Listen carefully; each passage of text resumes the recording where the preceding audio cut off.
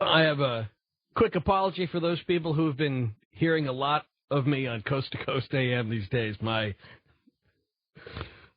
service here has been a joy to me, but I realize that probably time for some other voices on Coast to Coast, so I will say this will be my last night of 3 that I've had the chance to be on. The last 2, we did the annual Coast to Coast AM prediction shows, and I sat in and did those. Looking forward to doing the follow-up a year from now on your predictions on the air on Coast to Coast. And we're going to follow that theme a little bit tonight, but do it a little differently, in that we're going to talk about the future.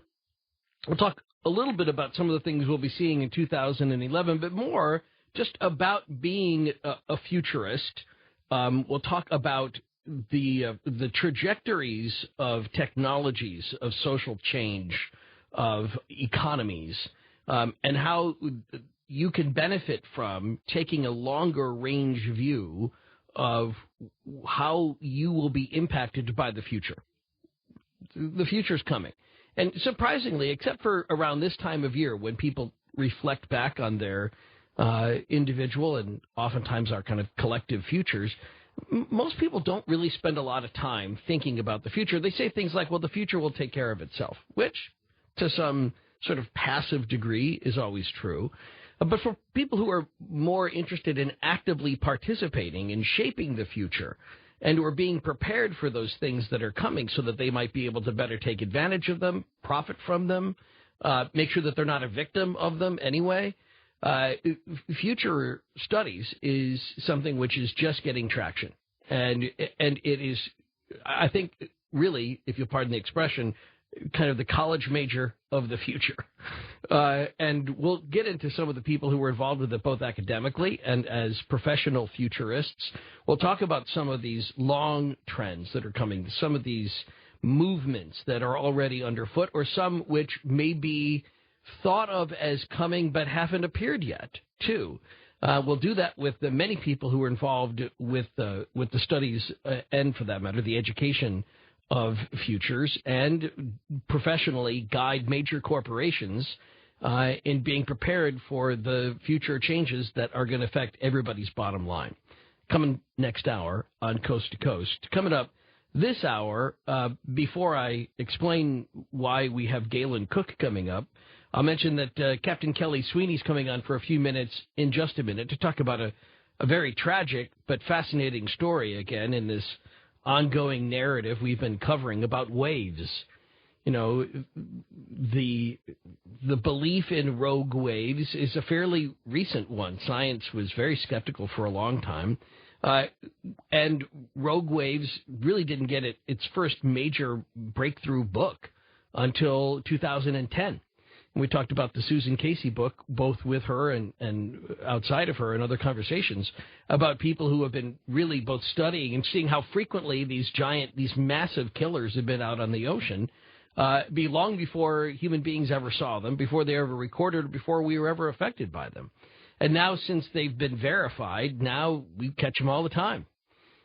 So, like a lot of things, these killer wave stories pop up from time to time, and this one isn't just a tragedy in terms of it, you know, what it can do to shipping lanes or cargo, but also a killer wave story that involves the captain.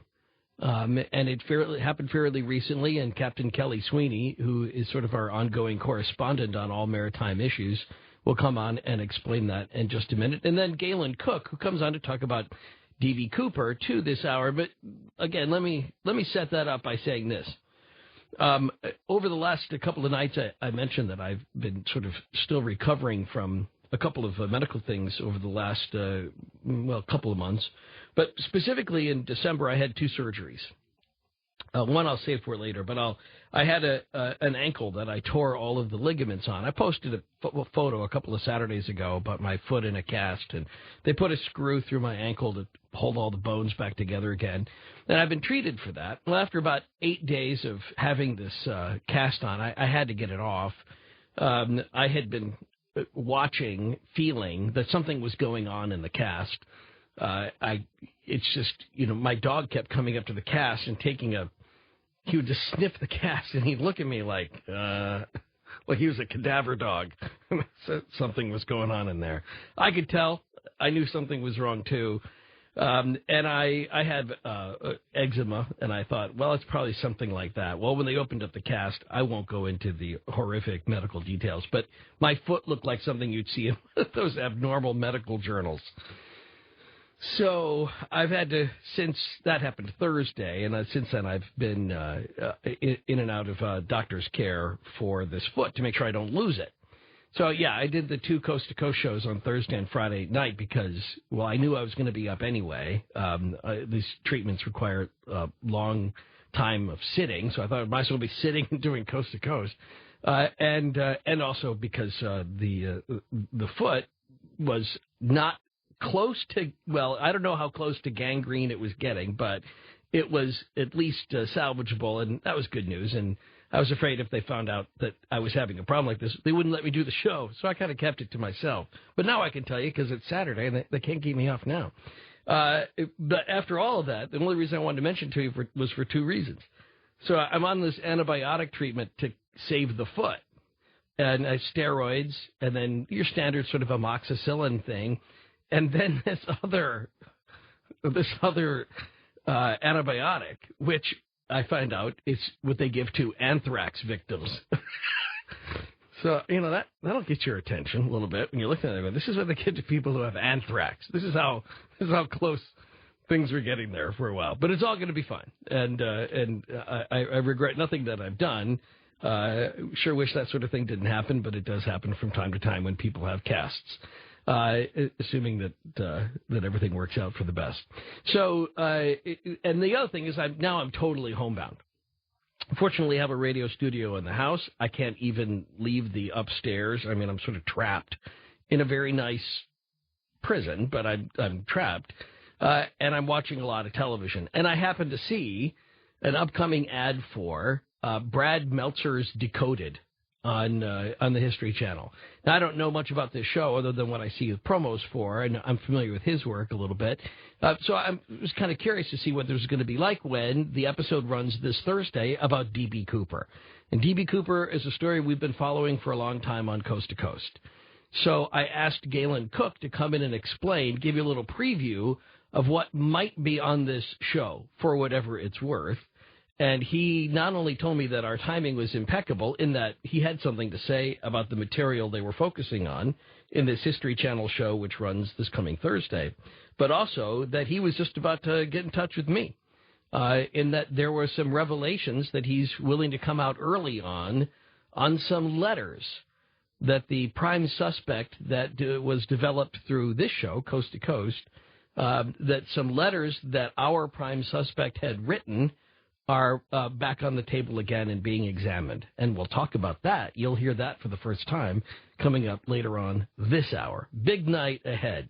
Future Waves. We'll start next with Captain Kelly on Coast to Coast. This is Ian Punnett. All right, so enough said about my festive holiday season. Let's bring up Captain Kelly Sweeney, who is here to talk about something a little bit more tragic. But let me just start by saying Happy New Year, Captain Kelly. Ahoy, Ian, to you and all the Coast listeners. Thanks for having me on. It's always a pleasure.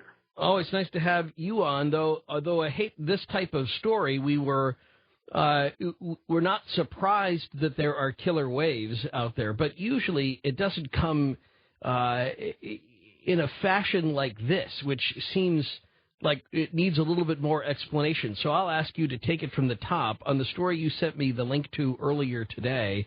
On the death of a particular sea captain. Yes. Well, the first maritime story of the year, Ian, is unfortunately one of death. And it's a reminder to everyone of the dangers that merchant mariners face to bring all of us the things that we need to live. In this particular accident, the name of the ship is the Aegean Angel. It's 900 feet long, and it was going from Estonia to Houston, and was 800 miles northeast of Bermuda on Thursday. Now, for the last few days, the ship had been taking a pounding in a winter storm. But on Thursday, the weather eased down to what we call a force 8, which is a gale force wind of around 40 miles an hour, much improved over a winter storm. And on a cargo ship, During a storm, all hands remain inside, just as a matter of safety. But it's standard procedure that when the weather slackens, the captain, chief engineer, and quite often the chief mate will go out on deck to survey any damage that the ship may have taken during the storm. And these professional mariners, the captain was 47, chief was 33, and the mate is 34. They're seasoned professionals. And they take a look at the weather. It's calmed down from a storm down to a gale. And they're on a 900-foot ship. They decide to go out and take a look out on deck. And I want to jump in just to ask you, what's the difference between a storm and a gale in ways that we might be able to relate more easily? Because we often use gale and storm to be synonymous in common parlance. The short version is there's a Beaufort scale at sea that starts at 0 and goes up to 12 plus that basically describes wind and sea conditions on the water.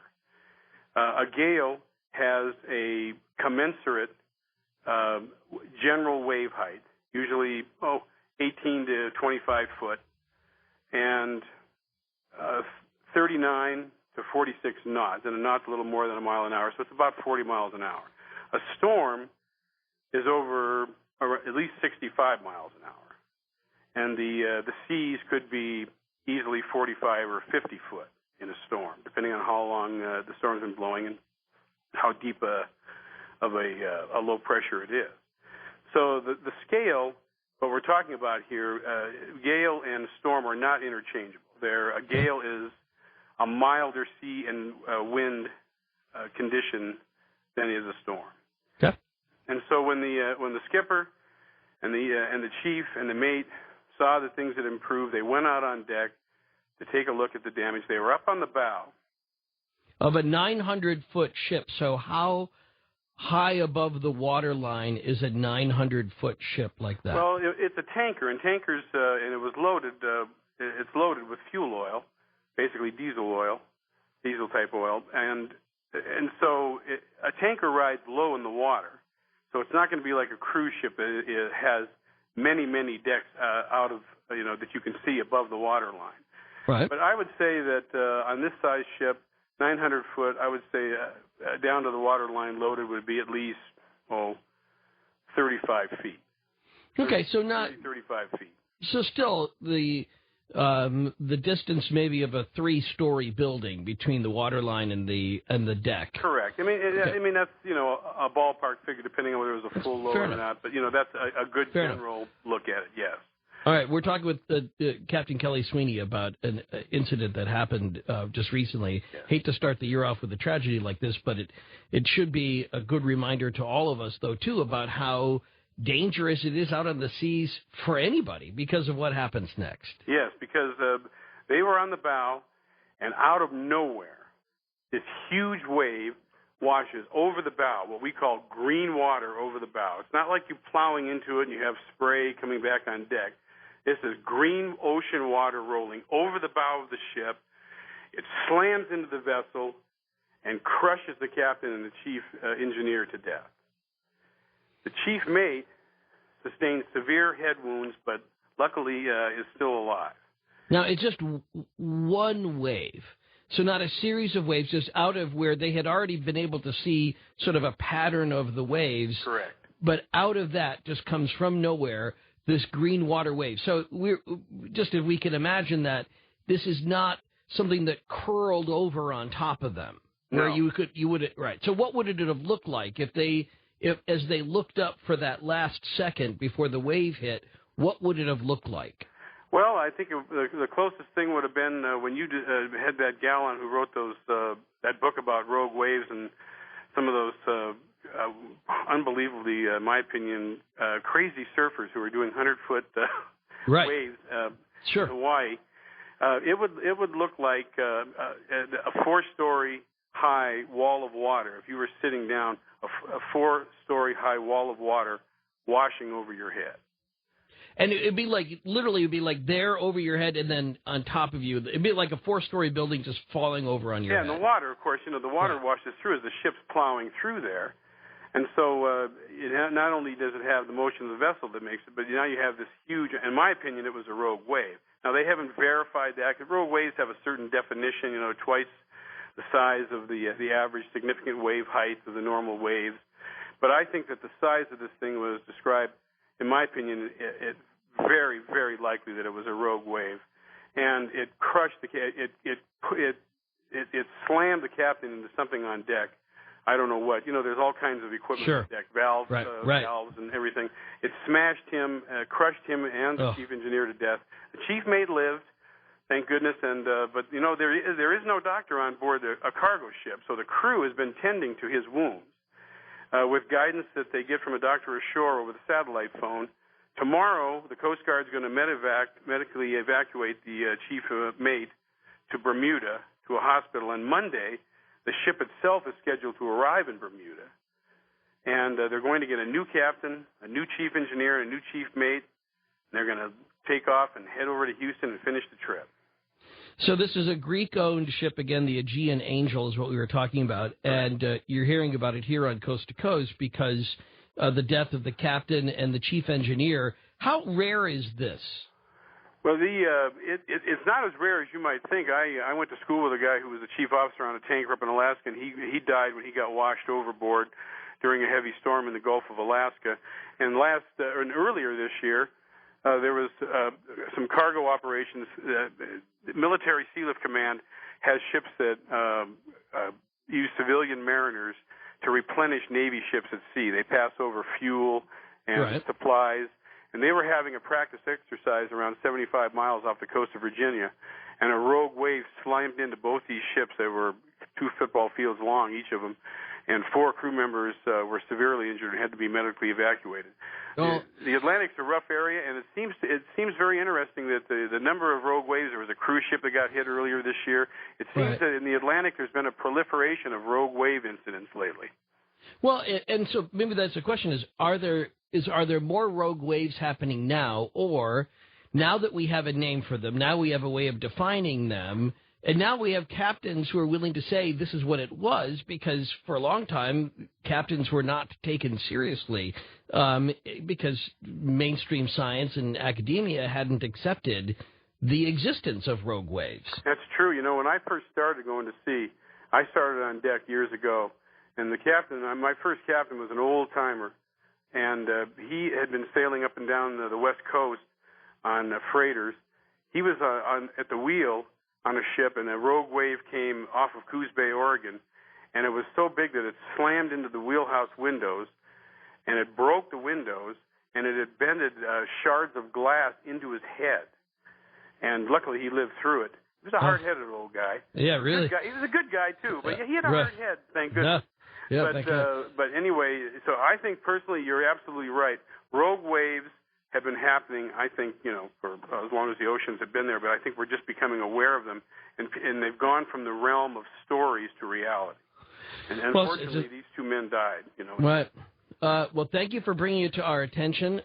It will be the first of many maritime stories to be appearing on Coast to Coast. Thank you so much for keeping an eye on that for us, and I look forward to it being a healthy new year for you when you get back out in the open sea. Well, thank you, my friend. I just renewed my license. And natural forces like this at sea are dangers all mariners face, but I want to pass on to the coast listeners that man-made ones are also there.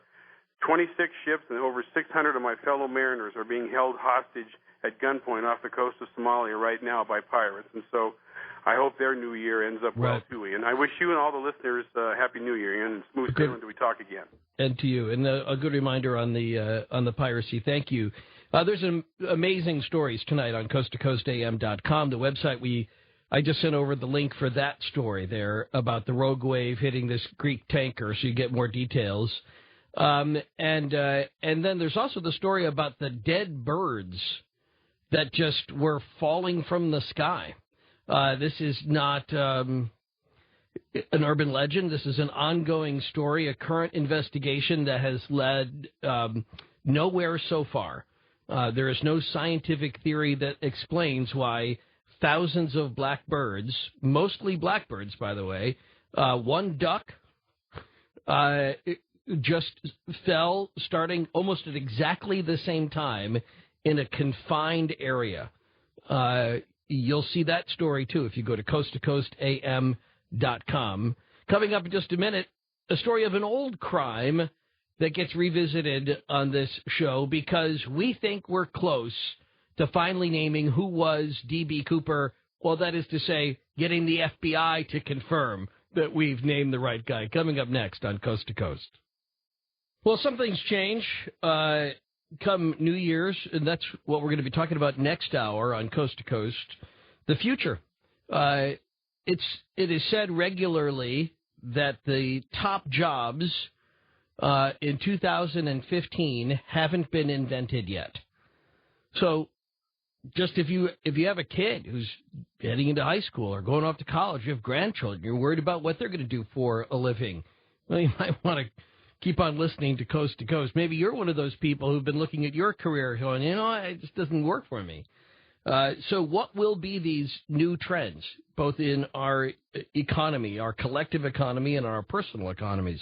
What are the big changes that are on the way? These deep trends, long-range forecasts, that's the work of futurists, and we'll be talking about that next hour on Coast to Coast with 4 professional futurists who we'll have on, including your calls in the last hour on Coast to Coast. But first, maybe you've seen the promos for it on the History Channel. This new series Brad Meltzer has out called Decoded. Wish him the best of luck with that. Love shows like that. And I saw the show coming up on January 6th. It starts with an investigation into D.B. Cooper.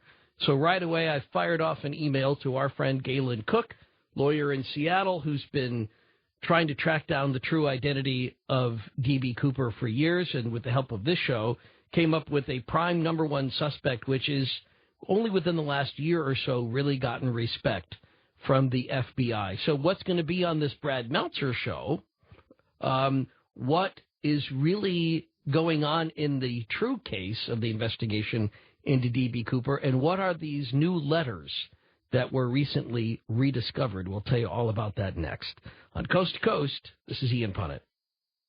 Galen Cook is a lawyer and an investigator in the case of D.B. Cooper, who has appeared regularly on Coast to Coast. We put our usual coasttocoastam.com file up that links up to this ongoing story so people can follow the arc of this from the very beginning at coasttocoastam.com. Just go to the little part there about tonight's show, and you can read on along with Galen Cook. Hey, Galen, how you doing? Ian, Happy New Year to you and the entire Coast audience. Well, good. Glad to have you back, and glad that there's some really fun, new, interesting developments going on in the D.B. Cooper case, because when I contacted you, it was just kind of a whim because I was too impatient to wait until Thursday to find out whether or not you were involved in this Brad Meltzer's Decoded debut on the History Channel. So explain what you know about what's going to be on this show. Okay, and Ian, I just once again want to thank you for keeping coast-to-coast interest high on this D.B. Cooper case. You've been a great asset to the case, and I want to thank you. I'm OCD when it comes to DBC. I'm going to make T-shirts that say I'm OCD on DBC. Well, actually, why don't you take 2 minutes to explain for people who aren't familiar with D.B. Sure. Cooper? Just do a quick, thumbnail timeline. Sure. I can do it in a minute. And by the way, I want to also let you know we were on the show a year ago, and you asked me at the time if maybe in 2011, which is the 40th anniversary of the D.B. Cooper case, if maybe we'd finally have it solved. And I'm going to tell you tonight that 2011 is the year D.B. Cooper will be solved. Well, I'm glad to hear that, and I still want to be there for the press conference. I'll be standing in the back. I just want to be there to see the moment. So we'll bring you out front. Okay. D.B. Cooper was the name given to a skyjacker, very notorious skyjacker. November 24th, 1971, hijacked the Northwest Orient Airlines 727 commercial jetliner out of Portland, Oregon, and his ransom demands were quite simple. I want 4 parachutes and $200,000 in U.S. currency awaiting at the airport in Seattle, and then I'll release all on board. Those demands were met. The plane took off at about 7:40 p.m. that night out of Seattle with D.B. Cooper, the skyjacker, the 3 pilots up front, and 1 flight attendant, Tina Mucklow. And Cooper's directional demands were for the crew to fly the plane to Mexico. They told Cooper that the 727 didn't have enough range to make it to Mexico without at least 1 refueling stop, and could they make it at Reno, Nevada? Cooper said yes. When the plane landed in Reno, Nevada, about 11 p.m. that night, the FBI stormed the plane. The hijacker was gone. And to this day, there's never really been anything significantly found except for about $6,000 worth of some of D.B. Cooper's money that was discovered along the banks of the Columbia River about 10 miles west of Vancouver, Washington. It's a very strange cold case that the FBI has never been able to solve. It's the only skyjacking in U.S. history that's unsolved, but it's turned into really a bit of a glamorous mystery, and that's probably part of the reason why the History Channel is going to open their premiere segment on this D.B. Cooper case. I could totally see that. So what we were able to do, the Coast listeners, we were able to connect together a family with you that said, well, and like you'd heard a million other times before, I think my dad was D.B. Cooper, or other people stepping forward. But this one really is proven, it's really borne out. Originally, the FBI was resistant to this testimony and this evidence, but that has changed because the FBI investigator has changed, correct? Yes, and let me just talk just a minute, if I could, about this upcoming history segment. The former lead investigator for NORJAC is the FBI's code name for the D.B. Cooper case. He's been transferred, and about every 3 or 4 years they assign a new agent to the case. Well, they got a new agent. I don't want to release the agent's name because he's also the head of the organized crime unit for the FBI up in the Northwest, and he told me he prefers to be a little lower profile, which I completely understand. But he is in charge of the D.B. Cooper case, and he and I have built up quite a friendship, and we communicate regularly, and we exchange information. And the FBI over the years has had over 1,100 D.B. Cooper suspects that they've had to eliminate. Now, here's the thing with the History Channel, and I have the utmost respect for those people that put the History Channel together, and also the National Geographic, which does a great TV show. Last year, they came out with a D.B. Cooper special, but the thing is, there was so much misinformation on that show, it literally caused the FBI to go back underground. They had played a minor role in this National Geo special, and it was so botched on the theory presented as the FBI's theory that the FBI no longer wanted to talk to the press or the public about it. And that's been over a year ago. Now, the History Channel, from what I understand, is going to focus on a different suspect when they air this show Thursday, and that suspect is a gentleman by the name of Kenny Christensen, who's been deceased for well over 15 years, and he was brought to light in an article out of New York City. I think it was the New York Magazine back in 2007, and the reason they advanced the suspect, Kenny Christensen, is because his brother, Kenny Christensen's brother, Lyle, had a fantasy that his brother was D.B. Cooper. And the only evidence he had to prove was that his brother, Kenny, used to work as a flight attendant for Northwest Orient Airlines back in 1971, and he used to be a World War II paratrooper. So Lyle put this fantasy together and actually got some traction out of it. I was on a radio show back in 2007 with a guy named Mike Fitzsimmons out of Spokane, Washington. He asked me to come on the show, and I agreed, and they put Lyle on. And so I had a chance to talk directly to Lyle, and I asked Lyle directly on the phone, I said, do you have any hard evidence that your brother, Kenny Christensen, was the actual D.B. Cooper? And he hesitated for about 5 seconds, and he said no. And I said, well, why do you think he was D.B. just a good story, and I like the story, and of course that's not going to do it. But somehow it has gotten traction because every time we take calls with you, somebody will call in and talk about Kenny Christensen, and that's what they're going to be focusing on in this upcoming episode. Yeah, and so our guy is getting skipped over. Well, and that's okay. Let them go ahead. That's fine. I have no problem. Like I said, okay. I think the History Channel does a good job. But that's great. Here's the bottom line on Kenny Christensen. I met the FBI agent in Seattle a couple months ago, and face-to-face, I asked him point-blank if Kenny Christensen was still a suspect, and he told me, and these are his words, Kenny Christensen has been conclusively ruled out as a suspect. End of discussion. Okay. And I asked the FBI agent how they ruled him out. He wouldn't tell me, but I would imagine it was DNA.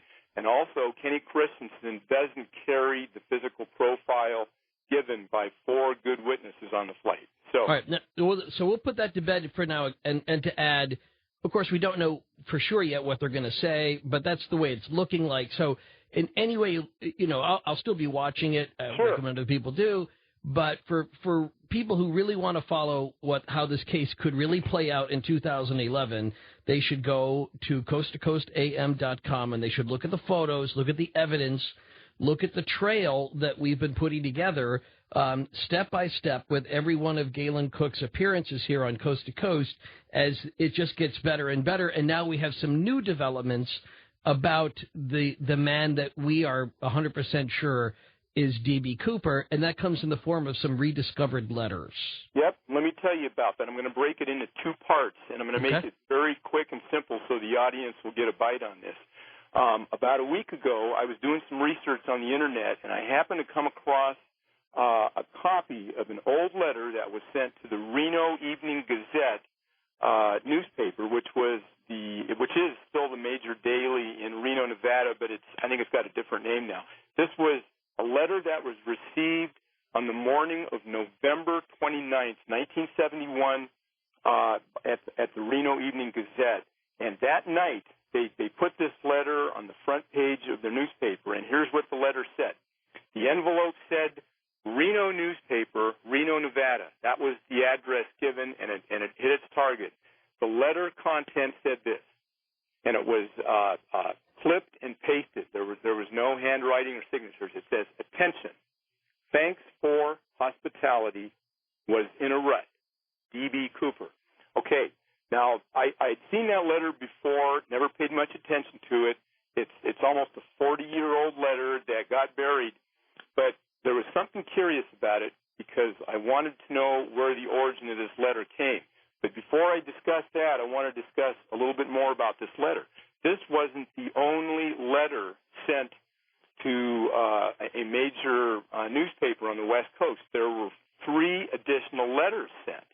And this is one of these buried facts about the D.B. Cooper case that we're going to have resurface. In fact, a gentleman by the name of John S. Craig, who's an investigative reporter, he's going to put together a good story on the Internet under associated content. That's what he'll use as a vehicle. He's going to write a story next week about these newly discovered 4 letters.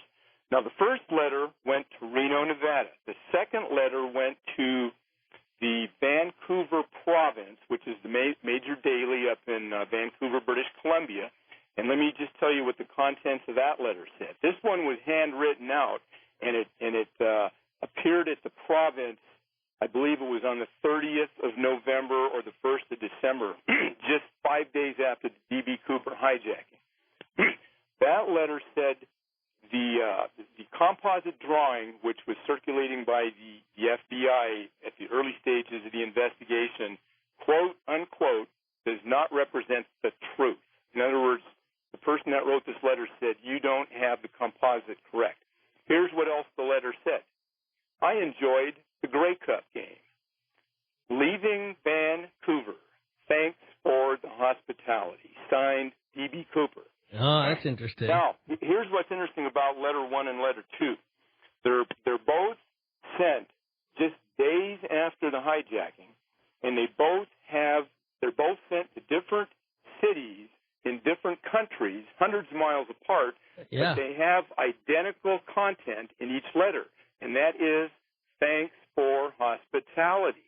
And identical unpublished content. Yes. Well, the publication came, but after the letter had reached its target. Now listen. That's what I mean. That's what I mean. So there is no way this could have been a copycat letter in Vancouver. Okay. Yep. And when people read John S. Craig's article, which will be out here in less than a week on the internet, it's going to really blow the lid into this case. Now listen to this. There's two more letters. There was a letter that was sent to the Portland Oregonian. And here's basically what the content of that letter said. Am alive and doing well in hometown P.O. which you could construe to be Portland, Oregon. The system that beat the system, signed D.B. Cooper. And letter number 4, which appeared again in the Reno Evening Gazette on Friday, December 3rd, 1971, said this. Plan ahead for retirement income, D.B. Cooper. And those are the 4 known letters ever sent by D.B. Cooper. Now, here's something interesting, Ian. I like the fact that D.B. Cooper is giving people portfolio advice. That's all. Plan ahead for your retirement, signed D.B. Cooper. Well, here's the interesting thing. In the early days, you could probably look at this and write it off as a bit of a hoax and say, how can you prove this was the real hijacker? But here's the thing. This letter that hit the Reno Evening Gazette on Monday, November 29th, 1971, was mailed from Oakdale, California, and it has a cancellation date of November 27th, which is on a Saturday, a couple of days ahead. And an enterprising reporter from the Modesto Bee examined this, and he noticed, because the letter was published in the Reno paper, he said, hey, hold it. He said, I'm going to do some research in my paper, and he said 4 of those words that were put together, cut and pasted on the first letter, came out of the Modesto Bee newspaper on Friday, November 26th. So now you got a timeline. But here's part 2 of this whole thing, and this goes to the heart of my investigation. I can put my suspect, Bill Gossett, at each of these locations, not necessarily at that particular timeline, but he has been known to be in these locations. Letter number 1 was mailed from Oakdale, California, and about 25, 30 miles down the road from Oakdale, which is a little dinky town, is a larger town called Merced, California. Right. Bill Gossett lived in Merced, California for 10 years. He got married in Merced. He raised 3 kids in Merced, and he also served on the police department in Merced. Okay, letter number 2, which hits Vancouver, British Columbia. This was Bill Gossett's stomping ground. In fact, I'm going to give you the 2-minute warning here, too. Yeah, I can get her done in 2 minutes. Bill Gossett's kids tell me that this is where Bill Gossett stashed D.B. Cooper money, was up in Vancouver. Letter number 3, which hits Portland, Oregon. This is Bill Gossett's location for the last 13 years of his life. He lived in Oregon. So I can place Bill Gossett in all of these locations. Now, back to Reno, why would D.B. Cooper want to send a letter to Reno, Nevada? Because that's where the plane landed after it was hijacked, was in Reno. And obviously, if you put a timeline together and start examining where these letters originate, and John S. Craig is going to describe this in a much longer, detailed article, but you can start to see that there's a possibility that D.B. Cooper is hinting around at his activities after the skyjacking, and he's kind of taunting the FBI, and he's letting the media know that he's alive and well, and he can move around from city to city and country to country. He was loving every minute of it. Well, Ian, I think you and I are loving every minute of it too. Yeah, but I think he was.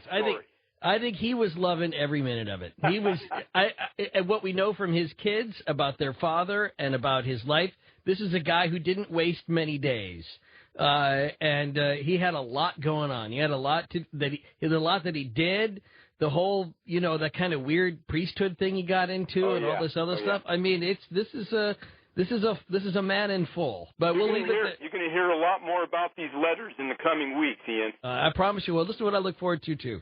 I'm really hoping that this will be the year 2011. This is when we'll get the FBI to say we have solved the case of D.B. Cooper. Thank you, Galen Cook, and thank you, Coast to Coast audience. We'll park it there for now, and now that we've handled the past and the present, let's look ahead into the future. The things which are coming, which you need to know about, will directly affect you. Coming up next on Coast to Coast, this is Ian Punnett. You know, the best way to look about the future from my perspective is not that we're on a timeline, an arrow projection going straight forward, because we don't really. But we are in this kind of cyclonic model, I think, in the future where we follow the same cycles, but somehow the trajectory just gets larger. The sort of meta-narrative just gets longer.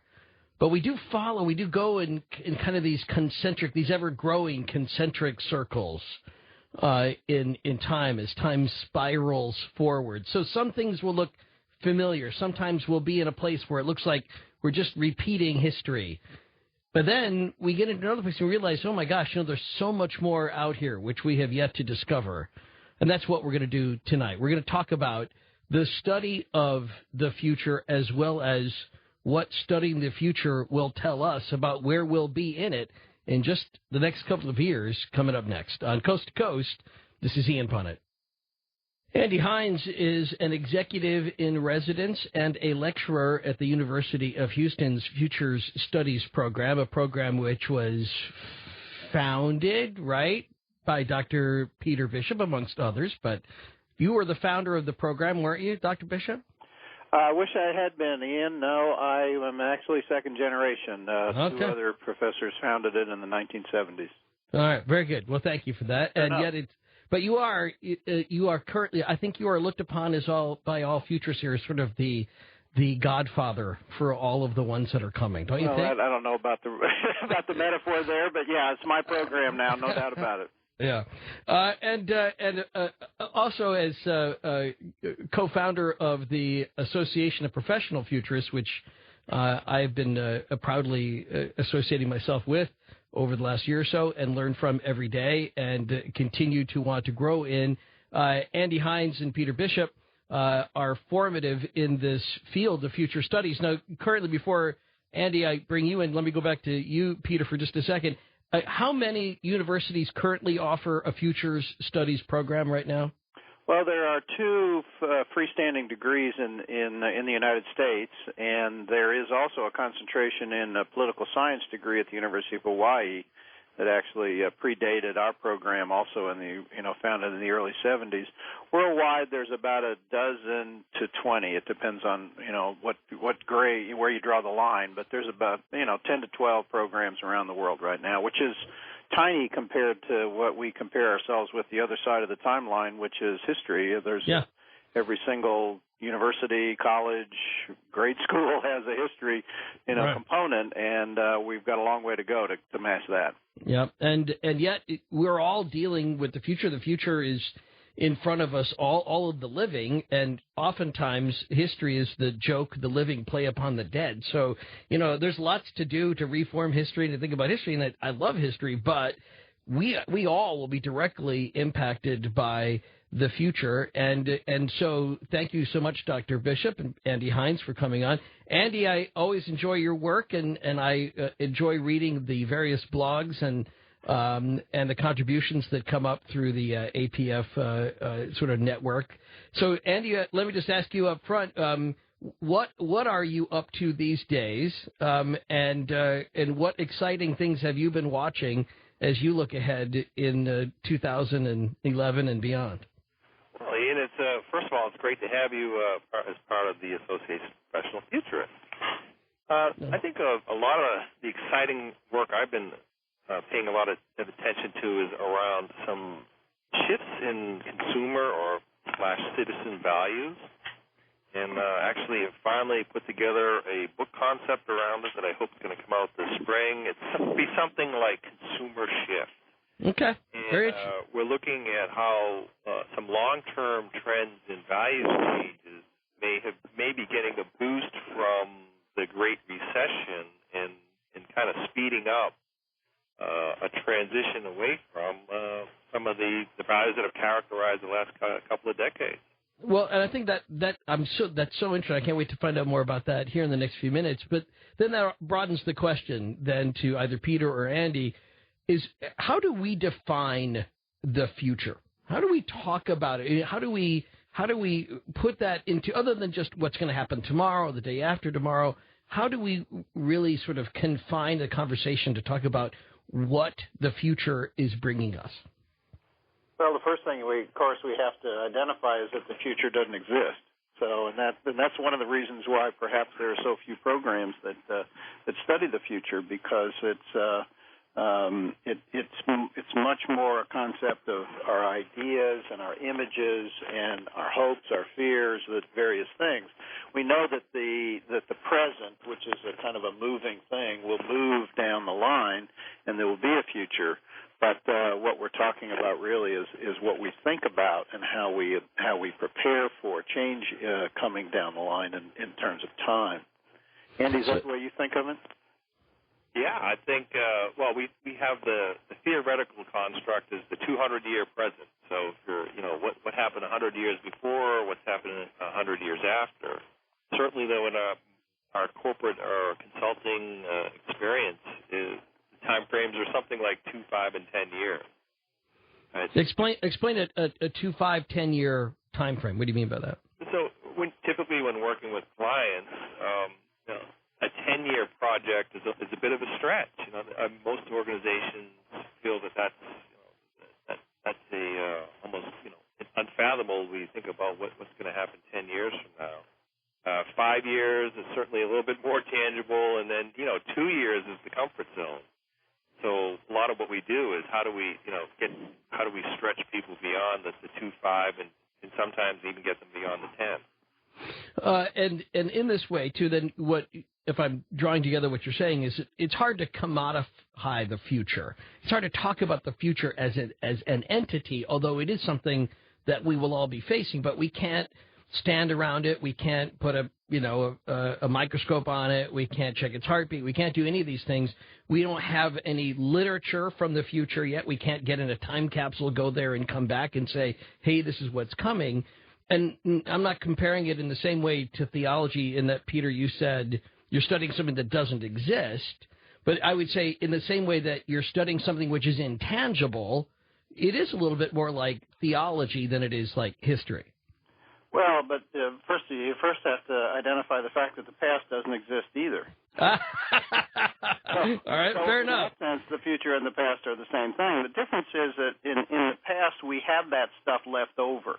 Right. So we've got books and pictures and documents and bones and buildings, and from that we can infer what that past was like, even though it doesn't exist anymore.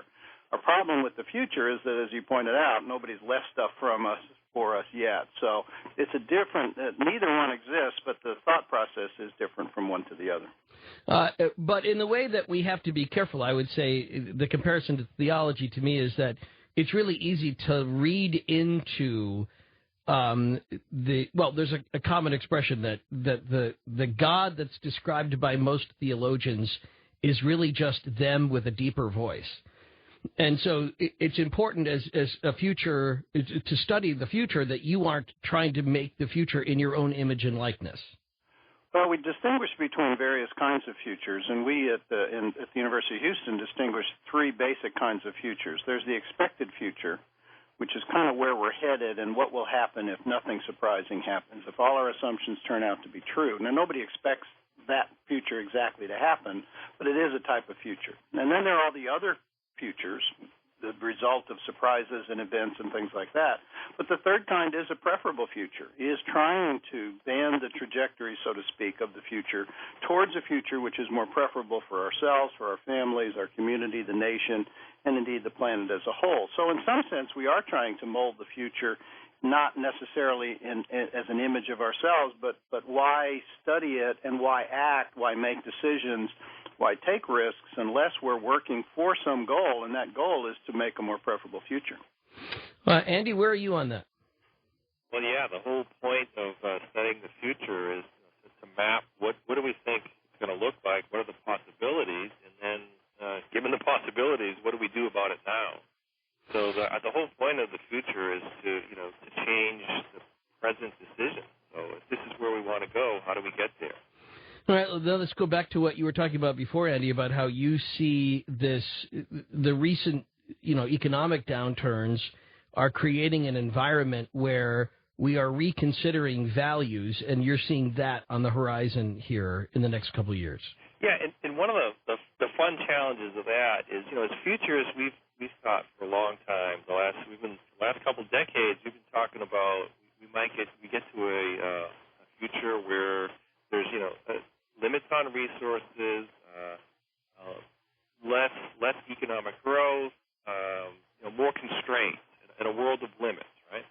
And that's been talked about for a long time. And what we've been doing in the last couple of years is trying to paint some tangible pictures of what does that world look like, and getting it away from that it's some sort of catastrophic, that there's actually a way that we can, live in that kind of a world where it's something that organizations and people can plan for, prepare for, and actually, shape that kind of an outcome in a more favorable way. Well, and I like that, but I'm also mindful of the habit that a lot of people have to, say, be bleak about the future for the planet because they're bleak about the future for themselves. And so suddenly the lens they see the future through gets very small, and they can't see outside of what they think their own likelihood of success will be. So if they're not going to be happy, well, things are going to hell in a handbasket. And that's the only way they're going to think about the future. It's kind of funny, though. One of the things we know is that individuals are much more optimistic about their future than everybody else's. So we kind of think we'll be okay. It's those rest of the people that we have to worry about. So, good. Now, so what have you been seeing recently then in terms of values that you think will be informing our future that could be helpful to think about in 2011? Yeah, I think, one of the big shifts is certainly away from an emphasis on material goods consumption. And, part of that shift is, so instead of buying things, we want experiences. And I think another way that's manifesting, and we got this from one of our APF colleagues down in Australia. We called it enoughness. Enoughness. It's this sense that I have enough stuff, and I want to get back control of my life and my time, not just my financial, but my sort of control of my time. And I've had, so in a sense, I want to stop, reassess where I'm going, what I'm doing, what my priorities are. And, the recession has certainly given some, real life urgency to that question. So that's kind of where we're seeing people now, and that kind of rethinking, what am I doing with my life, and where do I want to go from here? There was a study, and I don't know the exact nature of it, but they asked college students if you could have a choice of two different kinds of lives, earn $50,000 a year and get 8 hours sleep a night versus earn $100,000 and get 4 hours sleep a night, and most of them chose the 50, a life that was somewhat more contented and less economically prosperous. Well, and that's very interesting. Again, we're talking with Dr. Peter Bishop and Andy Hines, both of the University of Houston's Future Studies program. If you're trying to separate the two out, Dr. Bishop sounds vaguely like Dennis Weaver whenever he talks. So, you know how to flatter a guy, Ian. Well, I just for people trying to check who's saying what. But sorry. So then again, though, how does that inform economically? Say somebody has a small to medium-sized business, or they have 10 to 15 employees. How can information like that you're gathering about how people are thinking about their individual future and then also the collective future for the society they want to be in, how is this enoughness concept, how will that be helpful for people in anticipating change in the future? If I could, this is Andy. One thing it's for the small business, it's actually, the globalization and communications technology are making it possible for, out of their home office to be serving customers literally around the globe. But I think that for the small business, that actually it's a fairly natural transition. The ones that are having trouble are the big multinationals who, the whole premise of most big multinationals is next year is going to be bigger than the previous year, which was bigger than the previous. The whole assumption is based on continued growth.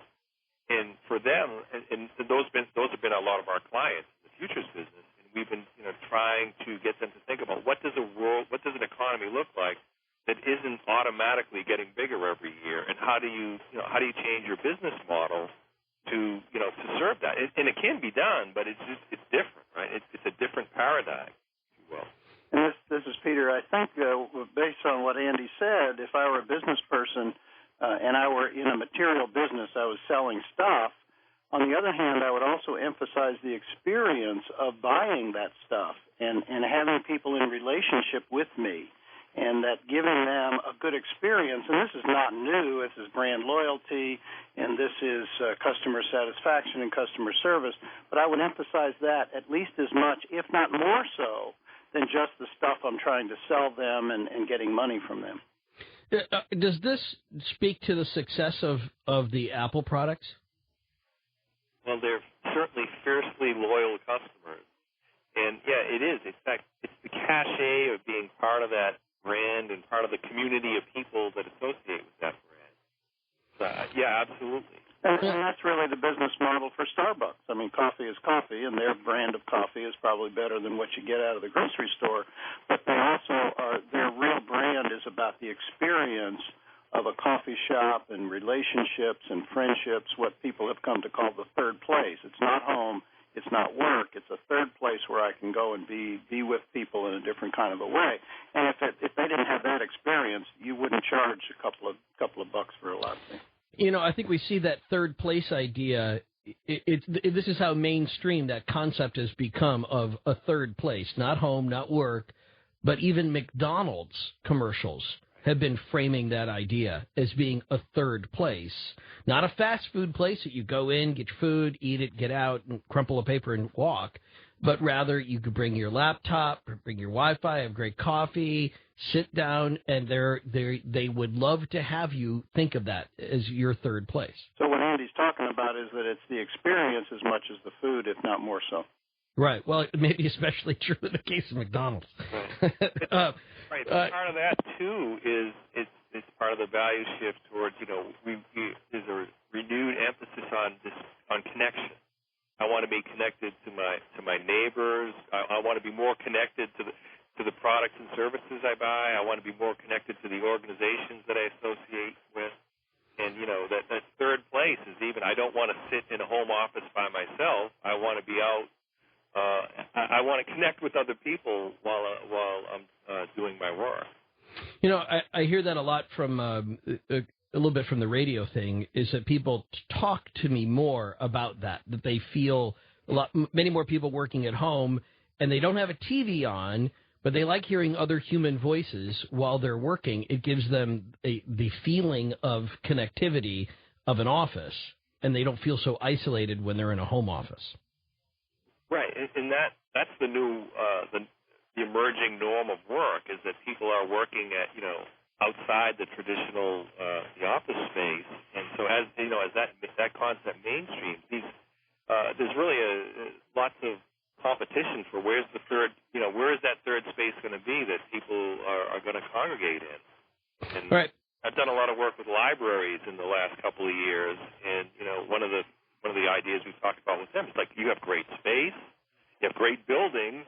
If you would let people talk and drink coffee, they would probably want to congregate in your place, right? I think that's a really, really good point. Yeah. And there have been more and more coffee shops opening up in libraries. Right. But you're right. When you're there, it's hush-hush still, and an expectation that everybody's going to treat that like church or something while they're inside. But that's not the way the trend is going. Well, that's why we've got future watchers on for the rest of this evening on Coast to Coast. Dr. Peter Bishop and Andy Hines from the University of Houston. I'm going to ask them to address that statement that I made earlier and have used a couple of times to promo the show tonight, which is that the big jobs of 2015 haven't been invented yet. We'll talk about that coming up next. And then also some of the other big trends that are coming that maybe you're already experiencing. But either way, you're going to want to know about coming up next on Coast to Coast. This is Ian Punnett. And we'll be talking about the future, which we hope you're going to feel like you're going to want to welcome it into your home. It's coming anyway. Even if it doesn't exist, the future is coming. And what are the ways we can shape the future? Both for us personally and then for society. One of the ways you start is what we were getting at there a few minutes ago, knowing what our values are and how they're shifting, and then also figuring out where do we stand in relationship to those values. Are we born in the right time, in a way? Are we finding ourselves open to the possibilities of what's coming? This is just part of what comes when we study the future. We'll get back to that with two people who teach it at the University of Houston coming up next on Coast to Coast. This is Ian Punnett. Dr. Peter Bishop with the University of Houston and Andy Hines as well. Andy is also a very active consultant in the business world, and he's going to link up at coasttocoastam.com.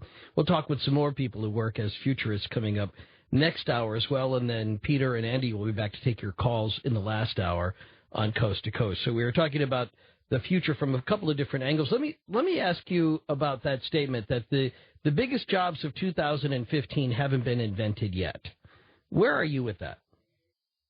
Well, if I could start on that, this is Andy. I'm not sure if they'll be the biggest jobs, but I certainly think there'll be some new ones. I was looking at one of the lists that we put together a couple of years ago. My colleague Mark Justman had one called the virtual real estate developer. So that is developing virtual tourism businesses, virtual adventure packages, and virtual retail destinations.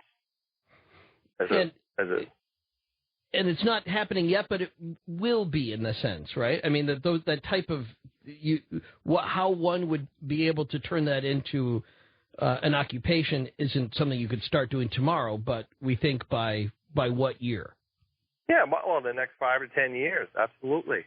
Yeah. But those are we see like the leading edge of that kind of change happening already, and another 5 to 10 years, that kind of thing will emerge as a legitimate job title. Maybe something like your online reputation manager. Online reputation manager. I need one of those. I don't know what it is, but I know I need one. About what. Right. We have such a presence. We're on Facebook, we're in LinkedIn, we're in Twitter, and we're on all these social media sites, and a lot's being said about us, lots being written about us, and we may need the services of a professional to make sure that what's being said and talked about us in that online space is the way we want it to be. There is a service already that exists that will send you alerts when your name comes up, right? Mm-hmm. Yes, exactly. But they don't manage it, per se. They just tell you about it. And so this would be somebody who more in the realm of what we might think of traditionally as a publicist or an agent might see it's in their financial future. It's in their best interests to manage your reputation, just like a publicist or an agent would, even though they're not perhaps promoting you per se. The better you look online, the more money they might make, or the more their bonus structure might be, or they get a part of your salary, maybe even if you structure them as part of your salary team. Exactly. Yes. Yeah. Peter, what about you? What do you think of that idea? I think it was actually Joel Barker who was the first one to say that on the show last year, that the biggest jobs of 2015 haven't been invented yet. Where are you with that? Well, there will be. I think I agree with Andy that there will be some jobs that will come along in 15. I don't think they're necessarily the biggest jobs. When Andy said virtual real estate developer, I thought that the real estate is actually cyber real estate, and there may be people who will actually sell space, like GoDaddy or some of the domain people will actually think of themselves as selling space in the cyber world. And then in terms of the reputation manager, some folks are talking about actually selling your information, that your information is valuable to companies and you will get micropayments when they do that. Loyalty credits like airline frequent flyer miles and credits you get at the grocery store and other things are a version of that. But that may actually be a big business where people will be interested in managing and actually making income on the information that they allow people to have about you. Well, that's very interesting. So you could find a way. I mean, if we all become a commodity in that what the products we buy or the products we don't buy or however we manage our life, that information has a specific cash value. It may not be much. It may not be worth a ton. We're not perhaps individually any of us are game changers or we don't influence a product that much that we can make or break a product. However, if you put enough of those people together, then almost like penny stocks or something, you could have something that would be really worth investing in if you were a company and you were trying to track how products were being accepted or services were being used. Like that? In a completely different domain, I always look for medical and biological growth throughout the next couple of decades, really. There was just an executive order that allows Medicare to pay for end-of-life counseling. Previously was not allowed and was not reimbursable. There may be end-of-life counselors, people choosing about treatment, about when to, what kind of treatment to have, preserving quality of life, hospice and things like that. So there's another occupation that I could see emerging before 2015. That doesn't really exist right now, but we could see the seeds for it. That's especially for people who are thinking about traditional occupations like being a doctor or being a lawyer as being some sort of guaranteed ticket to financial success. And that's part of what we learn when we study the future is that sometimes we have to get rid of our prejudices from the past, and that is one of those things where you talk to a lot of doctors who really are having a hard time even paying back their med school loans that may never be able to pay back their med school loans, or for that matter, lawyers who can't find work, period. Well, there's a lot of work in the law. We had a lawyer take our certificate program last May. He was a personal injury lawyer, and his major issue was automobile safety. We know we just hit a record low in terms of automobile fatalities with new kinds of devices, and those are coming on very much faster than before. And he wondered whether he would have a business in terms of representing clients with respect to automobile companies and insurance companies if automobile fatalities went down to a very low level. So even though the law will still be there, various specialties could easily go away. Well, fair point. I mean, even in a corporate sense or other places, there aren't the guarantees now of what, if you were 18 years old or 19 years old like my son, thinking, what do I want to do 5 years from now, 6 years from now, some very rewarding careers are coming online that don't really exist yet, that if somebody were to start planning for it, they might find they will be one of a few going into a field that's growing as opposed to one of a many in a field that is shrinking, or at least where the money pool may be shrinking. Andy, I want to ask about other trends you see coming in 2011. You work with corporations. You've worked with some large corporations like Dow Chemical. What do these big corporations, how do they look at futurism and ideation? How do they look at those as a way of protecting themselves? Well, a lot of what I've done and my colleagues, what we do for organizations is where are those big mega trends coming, and what do they mean in terms of like where are the new businesses of the future going to come from? And to tie that like to the job titles, like one of the titles I thought of that fits is the carbon footprint eraser. So we all have a carbon, right? We all make a carbon footprint, including individuals and organizations, right? And a whole host of businesses and services around managing that. And that's the kind of thing that large organizations are looking at these environmental trends that are coming along and saying how is that going to change our business, and where are the new opportunities for us? Building a business around reducing impacts is one of the creative ways that organizations can approach what might seem to be a threatening development to them. Yeah, that's very interesting. A lot of what we talk about when we talk about things like carbon footprints and carbon exchange and all of these, it still seems way off into the future, although I know it's not.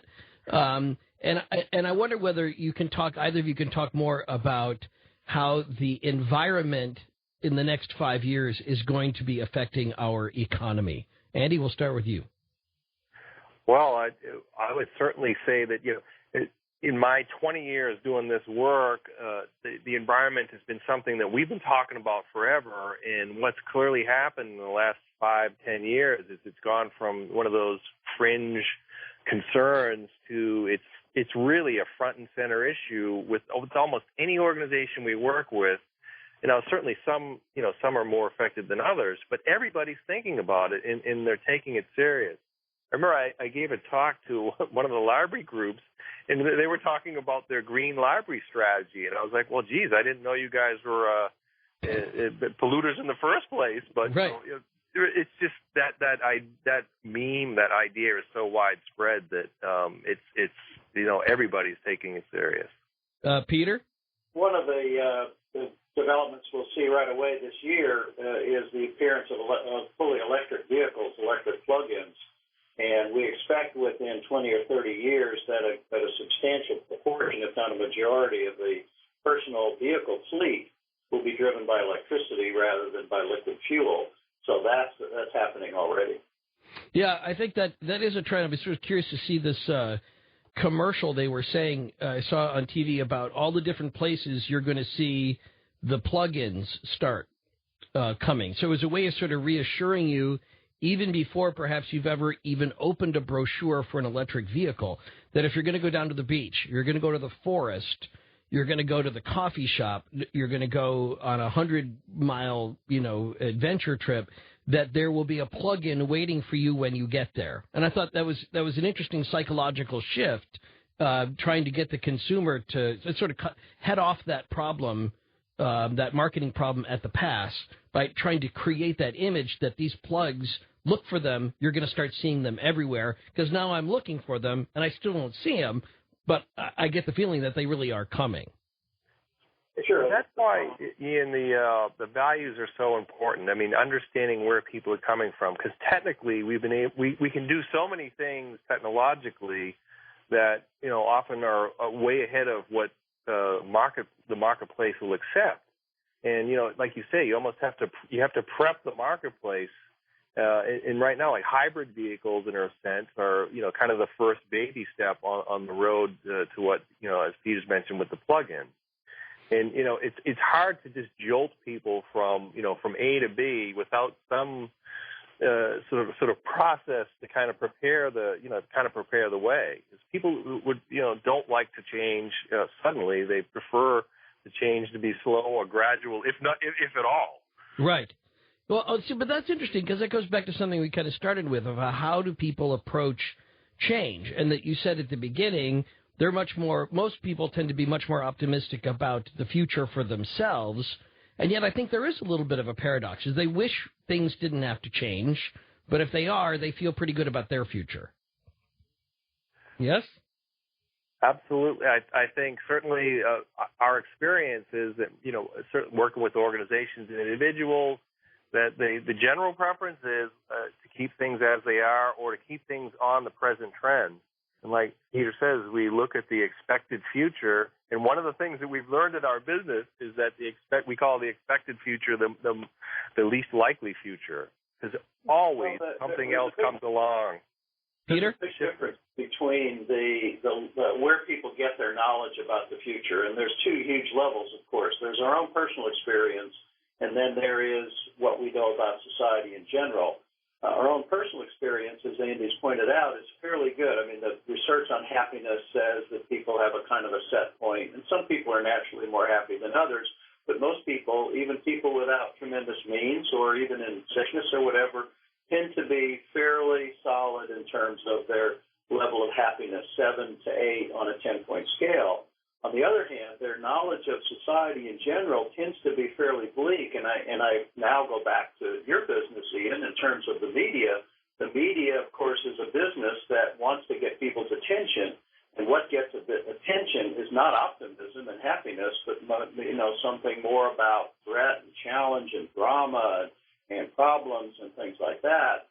So we have, for instance, surveys that say take education, for instance. Everybody says, oh, education's terrible, it's awful, it's broken. And you ask them about their own schools or their kids' schools, and they say, no, they're doing pretty well. The same thing is true about Congress. Congress is a terrible organization. Nobody respects Congress, except our guy is doing a good job for us.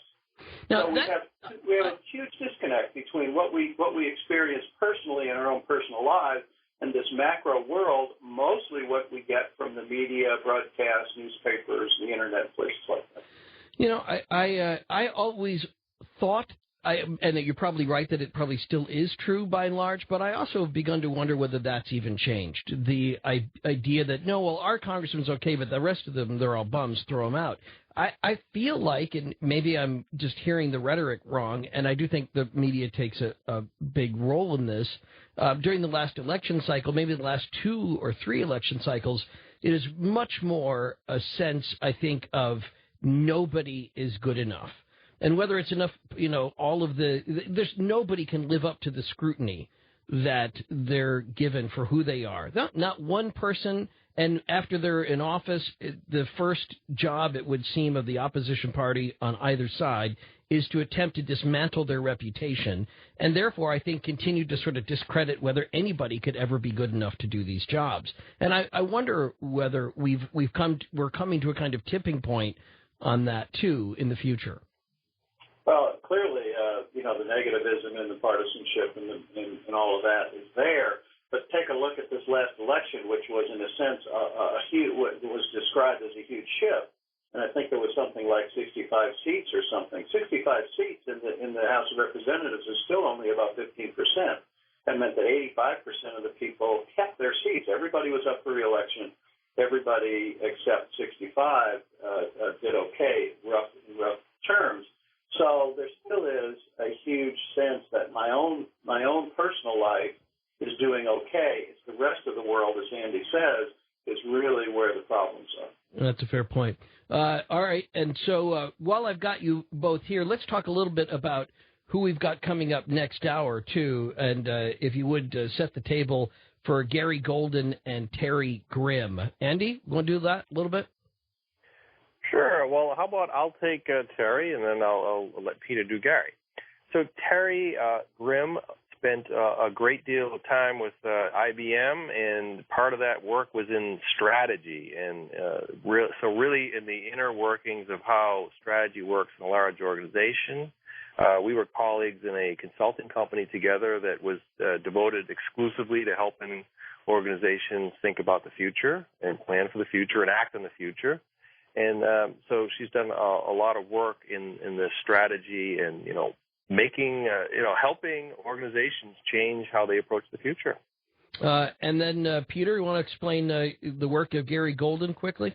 Yeah, sure. Gary is also a graduate of our program as an independent futurist working out of Brooklyn, New York right now. And his expertise is primarily in the future of technology, primarily energy technology and transportation and the other things that are related to that. He and I did a major project together on the future of transportation for the state of Texas a few years ago.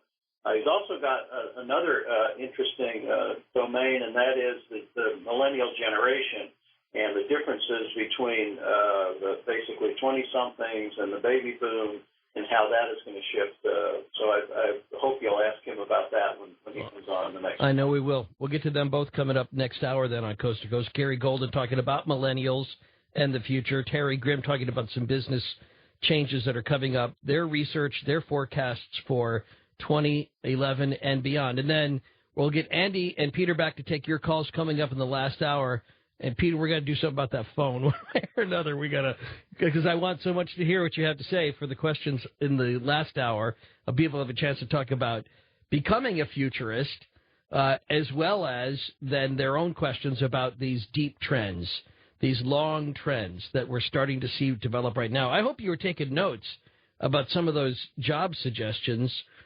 I've got a thought on the suggestion about somebody who would be an online image manager, somebody that would be there as a reputation protector, somebody who would handle your who you are and what you would be what all the different ways in which you'd be mentioned online.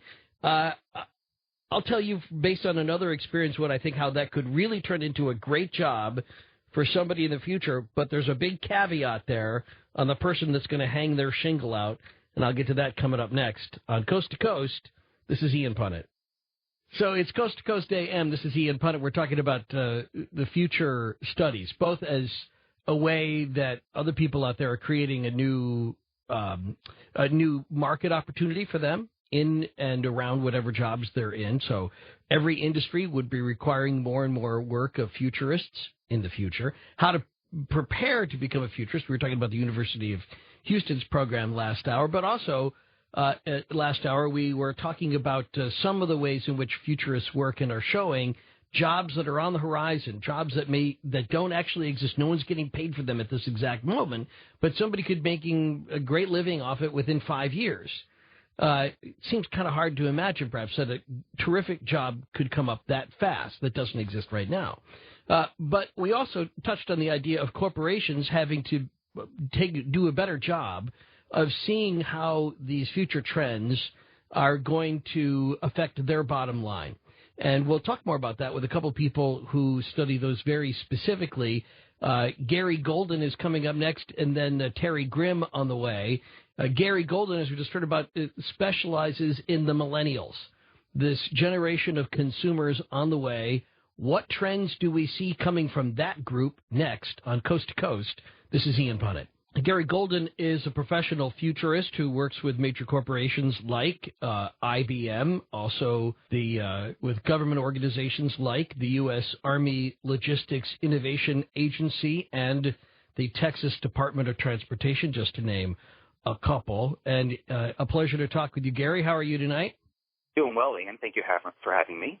Oh, please. You're a very interesting guy, and I love the kind of work you're doing, especially as we were just hearing about the work about millennials. But let's back up a little bit and just ask you, broad brushes, what do you see coming up in 2011? Either payoffs from past trends as a futurist that you've been watching that you're seeing coming to fruition, or some of the early signs of some other trends which you've been keeping an eye on? Sure. So, well, in the space of kind of generational shifts, I think the thing we're likely to see in the next year and, suddenly beyond is the increase in the number of millennials inside the workplace. And there's a pretty wide spectrum of implications to consider, but the one that people are really focused on is millennials being more social and more transparent in the workplace. So how do we leverage more productivity with this workforce that desires to be more social and transparent in everything that they do? Define the demographic of millennials for people that don't know exactly what age group you're talking about. Sure. So the U.S. is divided largely into three cohorts. The baby boomers were born 1946, 1964. There's Generation X, 1964, let's say 1978. And then the millennials are 1978, 80 through 2000. So these are the sons and daughters of the baby boomer generation. And some of the characteristics of millennials, what shapes a millennial that's different than, say, a Gen Xer? Yeah, so millennials, they grew up in a period of relative economic prosperity, and they had very positive relationships with their parents. So they tend to be more civically oriented. They tend to be more optimistic and positive in how they see their future and the future of the world. So a little less skepticism, as most people will measure, compared to other generations, and much more technology-oriented. Well, and I think that's that technology-oriented thing, too, where it's like babies with iPads, for God's sakes. I mean, it's somehow there's a sort of a natural cohesion of technology and millennials, unlike any other generation that's ever come before it. Absolutely. And I think, what Andy has hinted at before, it's understanding not just the behavior of the technology, but the value shifts that it represents, that's important for us to get our head around. All right, so that means going back again to hiring millennials becoming an increasingly larger part of the workforce, and that means managing or understanding how you're supposed to manage their need to be connected socially, usually through technology, at almost every minute. Absolutely. And then they also take a very different approach to the boundaries between work and life. So whereas, some of us may struggle with this new demand to, work this 24/7 lifestyle, millennials are a little bit more adaptive to having more, life at work and work at home. Well, that's interesting because I work with a lot of millennials, and I would say they pace themselves very differently. That would be very kind of you. Yeah, and I'm trying to be, but they pace themselves very differently than I would, and I don't always know quite how to handle it. Other than I notice that if you try not to micromanage something, if you can lay off a little bit, give it a little bit of time, and eventually the things get done. But they may not get done in a linear fashion that I would have felt like I needed to do it in order to prove something to my boss. Yeah, and I think a lot of people in kind of that study the workforce and millennials will say that they approach productivity in this collaborative sense. So whereas they might be very goal oriented in their own lives, they really do look to their colleagues, to the team, to really finish things off. So some of that different approach to their pacing could be the result of a more collaborative approach to getting things done. So they do a little bit, and then they expect others to help finish it off. And they're less competitive, it would seem, and not in the same way that it's like you would see. We kind of think I was just watching some black and white movie from the 50s about post World War II vets, kind of a Mad Men almost motif to it, but it was actually a movie from the 50s, and everybody was out to try to make $12 more than the guy at the desk next to him, and it was all about getting closer to getting that house and the baby and the whole bit, and it's like, wow, that does seem like it. That was even removed from my own experience. To my kids, that seems like another planet. Yeah, so millennials were raised to be great team players, right? So they grew up in an environment where they were encouraged to participate, to play their role, and they were rewarded as such. The big saying with millennials is that everyone gets a trophy. Everybody gets a trophy. Everyone gets a trophy. So they really grew up in this team collaborative culture, which is certainly going to have an impact on the workplace. All right. So then what do you see then coming up in 2011? What jobs, what's on the way in our future as a society that we should be prepared for? And what are the things that we can be prepared for business-wise to be able to take advantage of? Sure. So maybe build a bridge to the other areas of my focus in terms of transportation and energy. We're going to see real growth in terms of jobs in the energy sector around this notion of the smart grid, so a smarter infrastructure which combines software and sensors to create a much more dynamic energy grid that's going to demand new types of skills in the workplace. So that's one area. And then the other around vehicle electrification. As much as we pay attention to cars and their kind of environmental footprint, it's really the role of software that's changing transportation in the future. Using software to reduce vehicle collisions, to improve driver attentiveness. So we think of the automobile workforce of 2015, it's likely to include programmers, software developers, not just people that are assembling cars on the factory floor. Okay, so I want to amplify something that you said because it came up last hour when we were talking about the future of the next couple of years and this idea about electric cars.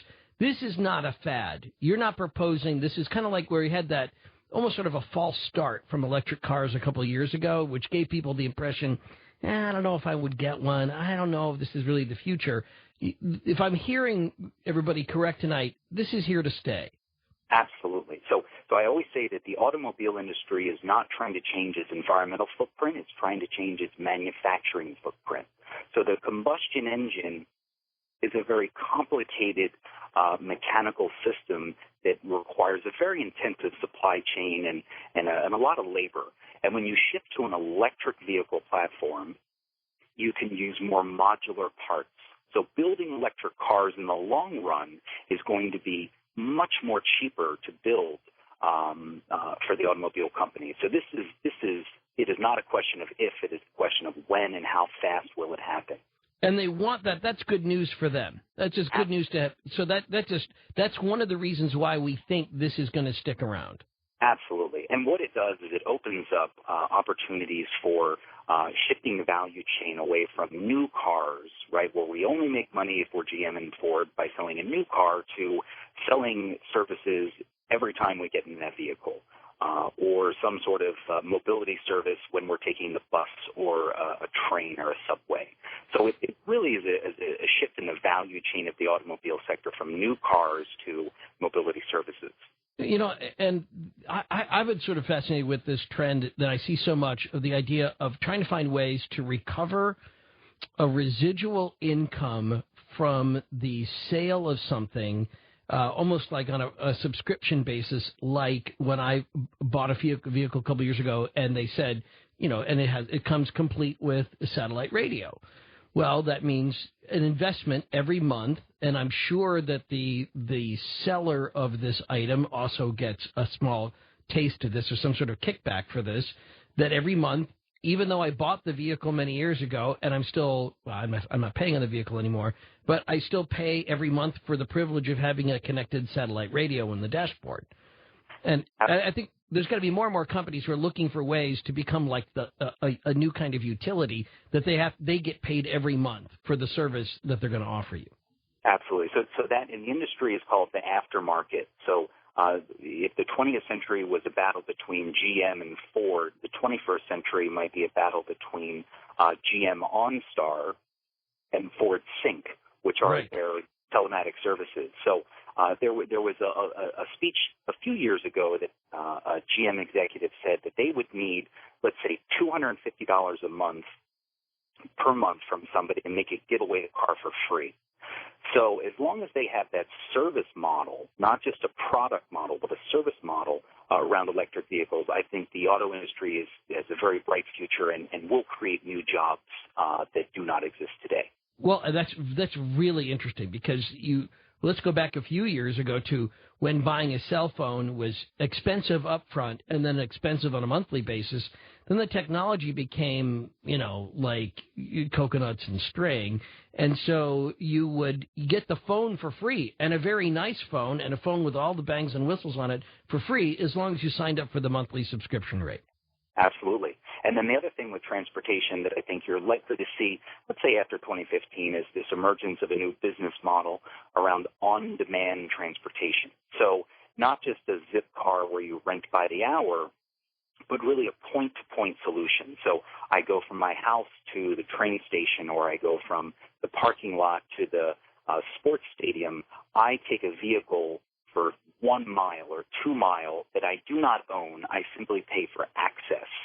And this is innovation around the whole urban transportation market, which is widely considered to be the growth market for transportation in the future. Especially, we're talking with Gary Golden, professional futurist, and so you are amplifying that from what we heard last hour too, from Peter and from Andy, that these changes here that we see, that actually you can invest in them. If you're somebody who's listening right now thinking, well, I could lay back and I could wait. These things are already happening. They're going down, and you should be prepared for them. I want to go back to something, though, that Andy said about when I asked him about which jobs that may not exist right now, that may be some of the big paying jobs of 2015. And he mentioned something about this idea of being an online reputation manager. Do you have a thought on that? Certainly. So I think that he laid out the landscape well enough. I think that you probably are going to see it emerge around the specific context. So more and more companies are allowing their workers to be more public, so they're allowing them to blog and to tweet and things of that nature. So if you were someone looking to become an online identity manager, your client is probably not the individual as much as it is a company who has a large group of individuals that it's looking to kind of protect and shield. Well, I like that, because I would begin to think about that in terms of agents as I work with them. And there's that caveat out there that if you're looking to have somebody who's going to become your agent, you want actually a small agency. You want somebody who'll be able to pick up the phone when you call. You don't want an agent that has 1 million famous people because you'll never talk to that agent ever in your life anyway. So you might as well go with somebody smaller. And you also need somebody whose reputation themselves is going to be something that will be worthy of you investing in. So if you have somebody who's going to be protecting reputations, how will they distinguish themselves from some fly-by-night group that's going to get access to all of your personal online data, all of your profile data? How would you distinguish that if you were going to hang up your shingle as somebody who's going to do this for a living? How would you prove to prospective clients that you're the person that they can trust with their reputation? Sure. What do you think about that? You probably, again, maybe to keep it in the context of a company, you probably first need access to more data. So we need more than just our status updates. We need to know our reputation in terms of, how did we build that PowerPoint presentation? How did we build that spreadsheet? What was our conversation like with a client at a recent meeting? So the more transparent our personal data streams become, the more we give opportunity to these types of services. So how would you hang up your shingles? You probably first need to have a back-end system that can capture new data, not just mine it from what's available on the public web. So I think that the reputation management is going to be a little bit more nuanced than just the public face. It's going to be much more about what we do inside the workplace in our workflows. Very interesting. All right, so what other jobs might you see coming then that in 2013 or 14 or even a little beyond, that if you were going to advise young people today, you'd say, well, always nice to be a lawyer or a doctor, but have you ever thought about X? What would X be? Yeah, so I think getting into the world of material science. So there's a big push towards science, technology, engineering, and math, and we are at the very edge of revolution in material science based on nanoscale materials design. So a billionth of the meter design of everything in our world, and then the other area is this notion of bioindustrialism. So using things like algae and bacteria to assemble molecules into useful materials. So those are two kind of very big growth areas in the material science world. And then the other big area would just be in software, getting into programming, being able to work with algorithms, being able to work with programming languages and data is a critical kind of skill set for the future of these new jobs. All right, very good. Gary Golden, professional futurist and forecaster. You can link up to him by going to coasttocoastam.com, link onto his name, and see what Gary is talking about at his GaryGolden.net website. Some very interesting longer form pieces about what's coming, World Wide Web, and a web of wisdom or manipulation. I think you're spot on. Actually, I think we talked about it a little bit last year at the Association of Professional Futurists about the difference between data and wisdom, and I really like where you're going with that, and people should be ready for that. Thank you, Gary. Thank you very much, Ian. All right, and we look forward to talking with Terry Grimm coming up in just a moment, and about the work she's doing with corporations and the future. And then we'll get to your calls coming up in the last hour on Coast to Coast. Now, before we forget entirely, though, about that first hour, if you didn't catch it, I would recommend you use your Coast Insider to go back and listen to two big stories. One of a killer wave, a rogue wave that just recently took the life of the captain and the chief engineer of a 900-foot tanker. We heard that story from Captain Kelly Sweeney, and it's just one of a many stories that are coming faster and faster about these killer waves afoot in the oceans. Also, we've got a great update on the D.B. Cooper story and what you can expect in 2011. This story, we really firmly believe, will finally be broken and solved by the FBI, finally admitted to by the FBI. Go read about it. Link on it, too, at coasttocoastam.com. Terry Grimm is a futurist, and she's with the Foresight Alliance. We'll talk more about what she sees as what's coming in 2011 and beyond. Then we'll get to your questions for futurists coming up after the top of the hour on Coast to Coast, making your decisions about your personal prosperity and your what you hope for your kids, for your grandkids, for your community. The future trends, they in many cases are already happening. You may even have seen glimmers about them in TV commercials and wondered, what's that about? Well, we'll tell you what it's all about next on Coast to Coast. This is Ian Punnett. Terry Grimm is also a futurist and somebody who writes and studies what is coming for all of us. Hey, Terry. Hello. Glad to add your perspective and particularly a woman's voice on the subject. Well, thank you, and thank you for inviting me on the show, Ian. I think it's something we all think about, but we actually do very little about the future. And even the statistics we see with people who haven't begun to plan their retirement until they're 55, 8 years away or something, and they snap into action. And I think that there's a lot of that. I really enjoyed the layout of things on your webpage, Foresight Alliance, how people are the pitfalls that people face in thinking about the future. But as somebody who works as a consultant for businesses, helping to put together strategies and doing research, what do you see as some of the payoffs for future trends you've been watching that are going to be happening in 2011 and things that we can start seeing glimmers of that are coming much more down the road? Okay, well, that's a broad question, a lot of different answers. One is we work with clients and really customize looking at the trends and helping them understand some of the surprises.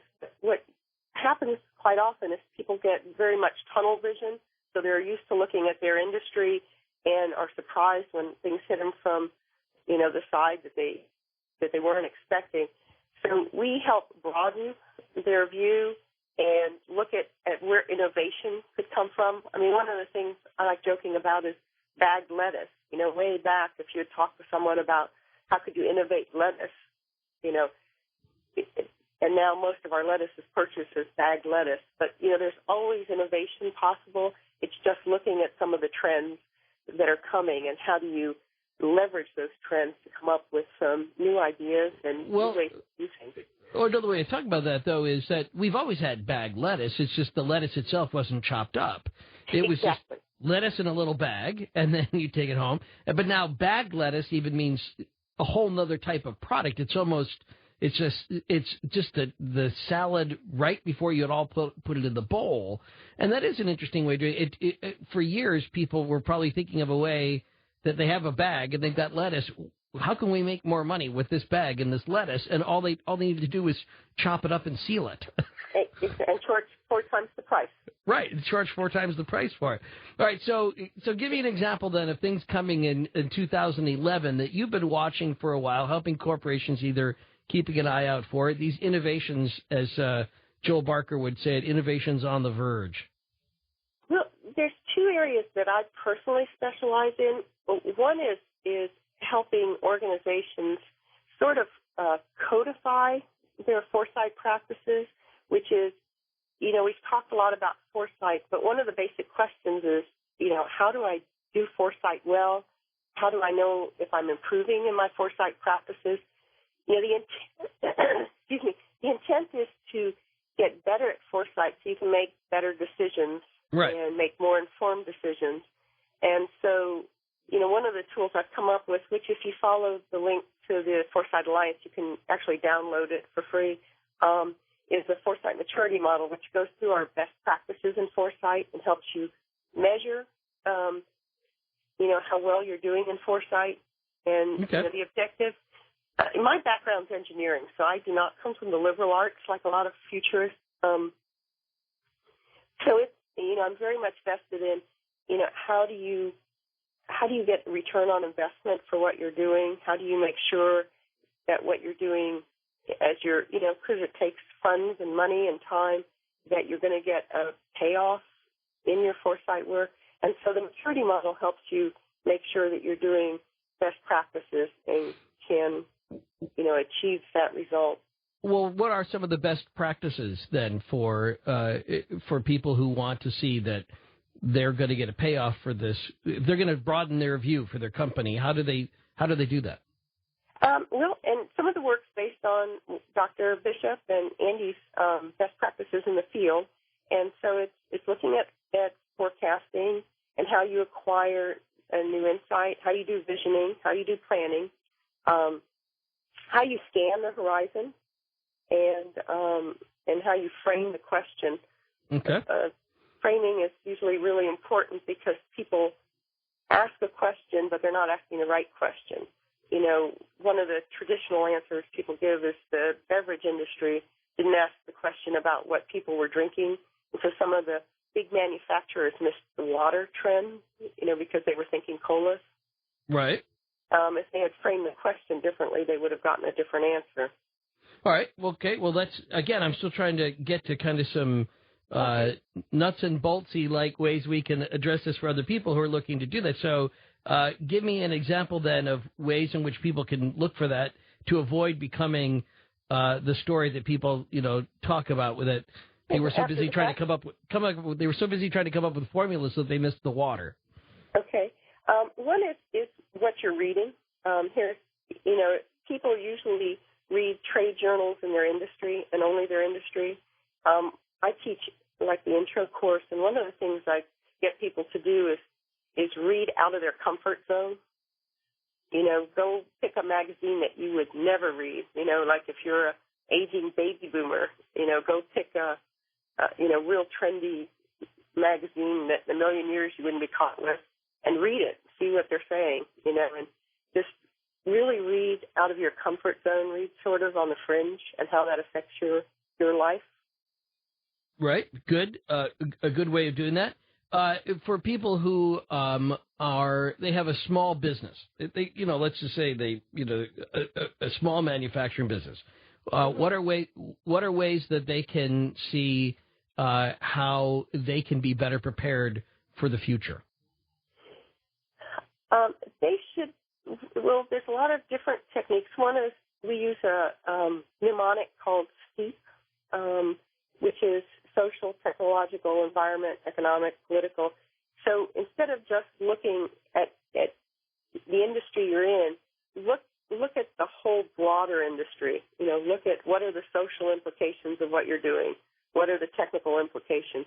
Really broaden your view and start looking more holistically at what you're doing and where some of the surprises may come from, and read about some of those trends so you can really start, if you will, scan the horizon, because that's where a lot of changes will come from. It won't come from inside your industry.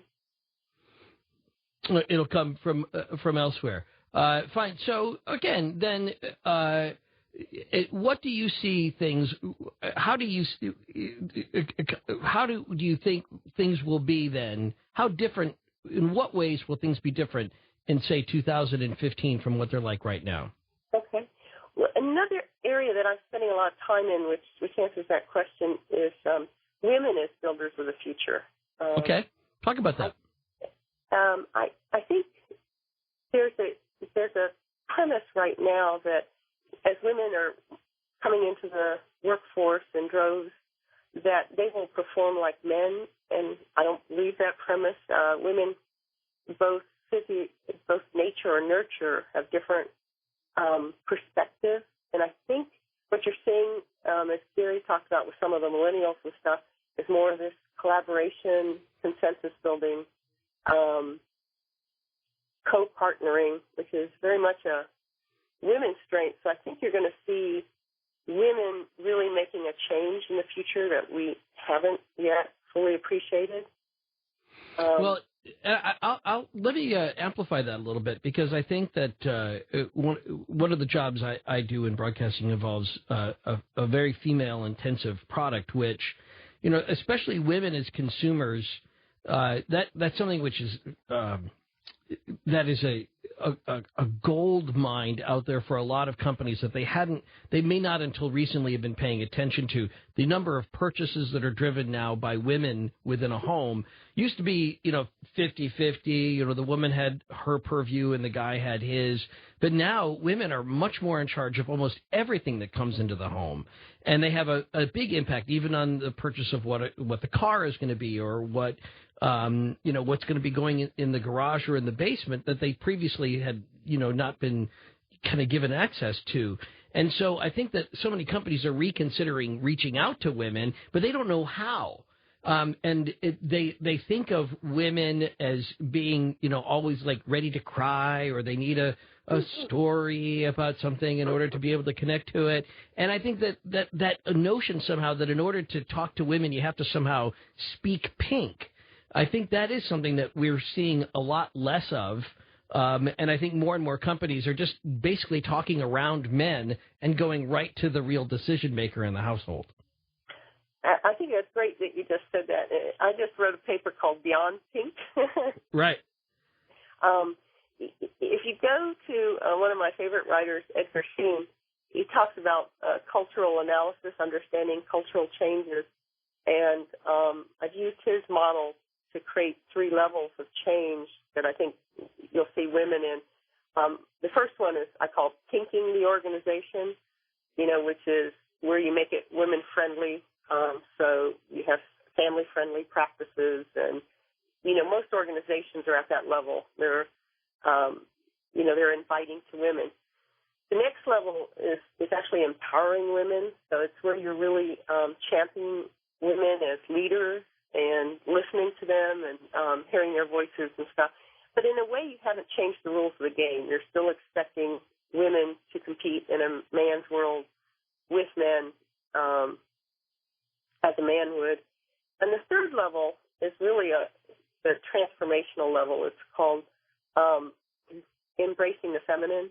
And it's really about understanding the feminine values that women bring, which I think is the whole transformation. We're just on the tip of, and we're going to see more of that, which is understanding this collaboration, this consensus building, a new style of leadership where, it's not so authoritarian. And you need both. So I'm definitely not, Well, I think the way to look at that is, some people look at that and go, oh, great, the further Oprahfication of America. And I think that's the mistake of it, to look at that. I think that the power of this new consumer model and following with women who are obviously, now are dominant in both college educations and now soon to be all master's educations. There will be more of them going to women. Is it there's somehow that said that women generally, and this is a stereotype, but I think it's generally true, is that women tend to be more focused on the process and less about the outcome. Men tend to be outcome-based, bottom-line thinkers that just say, okay, what do I got to do? Tell me what I got to do so I can go do it. And women tend to be much more focused on how is everybody's voice being heard. Is this going to be a good thing? Are we going to feel proud of it later on? There's more of an emotional attachment to what's actually being done than when men are left alone to do that sort of thing. Am I getting close? You're exactly on target. There's actually a great book called The Alphabet versus the Goddess, which talks about basically biologically women have, over the course of time, been wired differently. So women are wired to react to facial expressions and emotional cues and relationships just as a survival thing, where men are focused differently. So the brain is actually, they've done studies, is wired very differently. Yeah, I've interviewed that author, Leonard Schlein, a couple of times. Yeah, I think that's groundbreaking work, and that is that is something that I think more and more companies are, and I think part of it too is getting over the idea that women or that men are defective women, which is the other thing that I think a lot of women have to get over too, is thinking of men as just being sort of this unfathomable, don't even want to bother with it kind of an entity. And I think there's a problem with that we're seeing in schools, and I think that's a trend we have to be careful about, where boys are going to become lost boys. That if the school systems or the educational systems are focused on girls, then boys are going to end up where the girls were 25 years ago when they weren't getting an education in math and science like they are now. And the same thing, the boys are going to end up being the new disenfranchised group. And ironically, it will come at the hands of more women who will dominate the field. Yeah, I mean, I think that anything there's a balance. You know, the pendulum has gone both ways. It needs to balance, needs both aspects. I think clearly there's times where consensus building isn't the right answer. You know, you need more, rapid decision making. So you need both. It's learning how to live in an environment where you use the best of each when you need it. Right. And so, how do you see that? How do you see the role of all these social networks in the future in regard to women, technology? There used to be this belief that women were never really going to be online, that it was all, this was a boy toy kind of a thing. And then that obviously is not something that people believe in anymore. But what do you think of as the future of that in the next 4 or 5 years with women, social networks, and the workplace? Well, again, I'm clearly trying to use the word women different from feminine.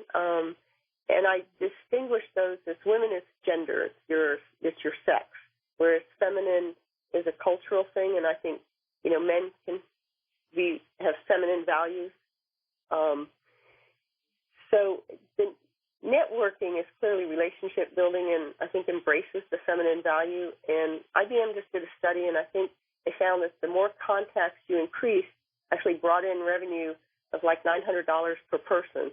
So they're starting to increase the number of contacts people make, recognizing that relationship building, brings a bottom line value to the company. So that's really important. Yeah. You know what though? You said something there that strikes a note with me, and I don't know if you meant it to sound that way. I think there's a difference for men between networking and relationship building.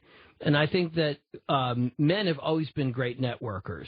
And it's really easy for guys to network because their relationships tend to be uncomplicated. But that also tends to make them somewhat superficial relationships.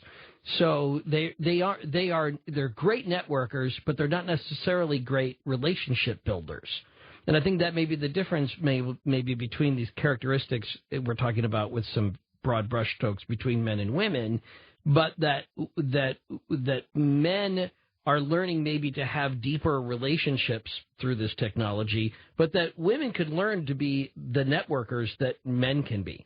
Because I mean, you can know a million guys, and you kind of feel like, as a guy, you almost feel like you're growing up kind of in like the League of Justice or something. You don't have this special skill, but you know a guy who does. And everybody knows what skills the other guy has. And I think that too is part of where the future is going, is guys being willing to build these networks, and then also maybe even build them a little bit deeper so that they're more than just contacts, more than just names in a Rolodex, but maybe stronger relationships that they can depend on to help bring in work and to solidify their bottom line. I think that's true, and I think that's where I see where you need the strengths of both. You need the strengths of men and women, and men have traditionally been played sports, and a lot of even the business metaphors that people use are all sports metaphors, and women have been left out just because they don't even understand the metaphors. Right. And I think one of the interesting things is looking at some of the online gaming, which is still very much designed by men. I think only 15% of the online games are designed by women. And so there's still a lot of areas where work needs to be done, and profits are to be made too. I mean, if women are out there making these decisions, design the games differently, you'll find a whole new audience. You're not going to be competing with all the male-dominated games. You'll find some new ones too in the future. Thank you, Terry Grimm. Pleasure. Foresight Alliance is her website. You can link up to her through coasttocoastam.com. And then we'll get back to your questions and comments. Last hour. And we'll take calls. The trends you're watching, things you see on the horizon, the way in which you think these trends are shaping your future and the future of this country. What are you noticing? We'll talk about that with the futurists next on Coast to Coast. Talking about the deep trends for 2011 and beyond. So what have you been seeing?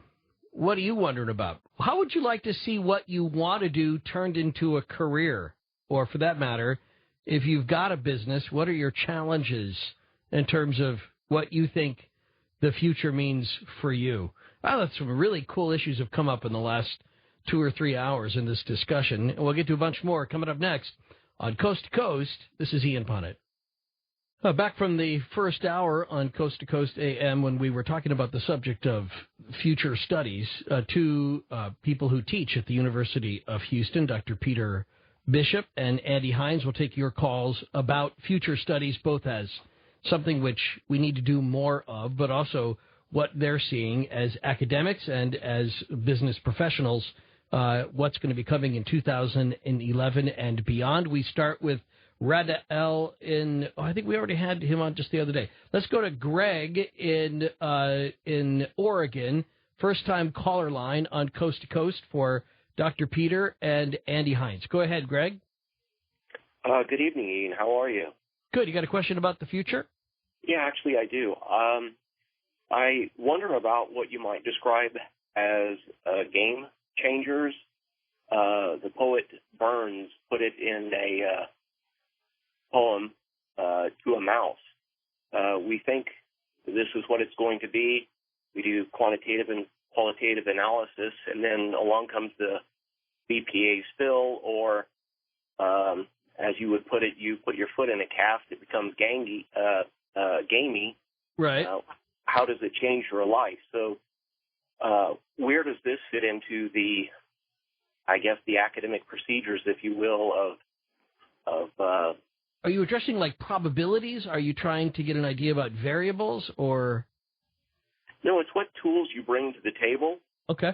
If you're an Edgar Casey, if you're a Nostradamus, they don't say what are your qualitative and quantitative skills, but within the field of academics, we actually like to see, give me some sense of how you come to this as. Yeah, that's a good point. So you're talking about, right, so methodology. Intuition. Let me put it this way. We have a president, when it came to political science, he was being interviewed, and he said, son, there ain't no science to politics in Texas. And he was the president who followed an assassinated president. So that was Okay, well, let's take it from there. Okay. Dr. Peter Bishop or Andy Hines, either you want to take that question? Yeah, sure, Ian. Thank you very much for the question, Greg. Where the term we use for game changers, which is kind of a more common term, the term we use is called wild cards. Wild cards are defined as very low probability but very high impact events.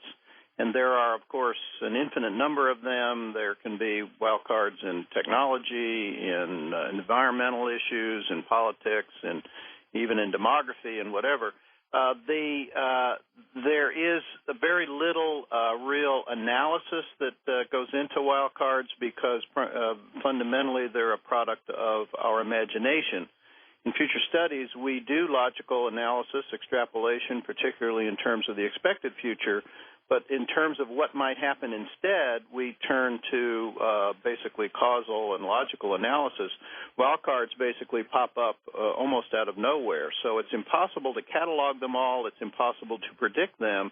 But we do refer to them because they are out there. And when they do happen, they do, as you say, change the game and put the future into a different space. 9/11 was such an event. The BP spill, the financial collapse, even the internet itself was a kind of a wild card when the World Wide Web came along in the middle 1990s. So that's very much in our thinking part of what we do. Remember, I said it was the expected future versus the other futures, the alternative futures, and way on the low probability, high impact side are what we call wild cards. Yeah, Andy, a thought on that? Well, I guess just to add a little bit to what Peter's talking about, just some examples of some of the discontinuities that we're thinking about heading forward. One would be a breakthrough in life expectancy. Life extension, super longevity. We're looking at things like our fellow futurist Ray Kurzweil talks about the singularity, which is the point at which machine intelligence exceeds human or biological intelligence. Our ecosystem collapse is another one that we're looking at and exploring. So, we do keep track of what are those potential really interesting and important alternative futures. He mentioned something, so I'll give it I'll get back to the phones right away. So again, we've put the numbers up, and if you need them, they're on the website too. But I did this really stupid thing the day before Thanksgiving, and I tore every ligament in my ankle, and then I also separated the bones in my ankle. But I kept walking on it because I really thought, okay, it's just a bad sprain, and I'm being a puppy, and I can handle this. And then after about 3 weeks, it really wasn't getting any better. So I went in, and I was talking about this with my wife because I thought there's kind of three different ways of looking at this. I went in and I followed the protocol of the surgery and then a cast, and then that's supposed to make everything right according to the higher probabilities. But they didn't anticipate that the cast was put on in such a way or something that by the time they took the cast off just a week later, the entire thing was all of my flesh that was inside of the cast was breaking down, and then it was in a severe state of being infected. So in a way, I was healthier before I went to the doctor. And now another doctor's treating the infection, and it's going to be okay again. But it made me think, wow, what, I would have maybe been stuck with a permanent limp, but I wasn't risking losing my foot. I go to a doctor and I get that fixed, and now I'm in the threat of losing a foot, and gangrene is like almost setting in. And I think that's just, to me, that's sort of a model for sometimes how our futures work, because sometimes you do the right thing, the best practices, and you get the wrong outcome. And sometimes you don't do what's expected, and it may prolong your life. Well, it's the category there, Ian, is what we call unintended consequences. We do things for a purpose, but we have a rule in future studies in our systems thinking courses, you can't do just one thing. So we want people to have homes and home ownership, and all of that was a policy of the federal government, and then that blows up into a huge housing bubble and the financial collapse. Right. So you can't do just one thing. So you have to think about other things that will happen in addition to that. Now we've tried to solve the financial collapse, and now we're carrying these huge burden and debt in governments, both in the U.S. and in Europe and places like that. So as Yogi Berra said, it's just one thing after another. Yeah, that's actually really good. I kind of accept that metaphor of my ankle as the financial collapse. Tom is in Somerville, Massachusetts, on a wild card line on Coast to Coast for Dr. Peter Bishop and Andy Hines of the University of Houston Futures Studies Program. Tom? How are you? In terms of actually having a future, in a sense, the concern between male and female relationships is delusional, because if we are unable to deal with cruel forces, we're not going to have any future. Now, that's a complicated thing to get into, but a certain aspect of it is bad government. We usually take government as, well, that's the government. But there's such a thing as bad government, and in terms of the future, we really have to get into the study of what good government is and who should be in it. That's what I have to say. That's an interesting thought. Now, let's go back to cruel forces. I like how he describes that, because I think that's something we all sort of experience, but I don't know how I would categorize it. Andy, anything? Well, I'm not sure. I guess one of the things that sparked when I heard that idea is before I spent about 10 years working as a futurist inside, large companies, and I think the perception I had going in was that, the big companies are inherently, out to do bad things, and we hear the same thing about government. They're not, the motives are often questioned. And my experience coming out the other side was, for the most part, I think organizations, large organizations, are trying to do the right thing, but it's just structurally, it's very difficult. And like Peter mentioned, our systems thinking course, and our tendency is to want to sort of blame the behavior of the people, but often it's the structure of the system that leads to these outcomes that we might call cruel forces. Yeah, I think cruel forces is an interesting concept. I'd have to spend some more time thinking about that.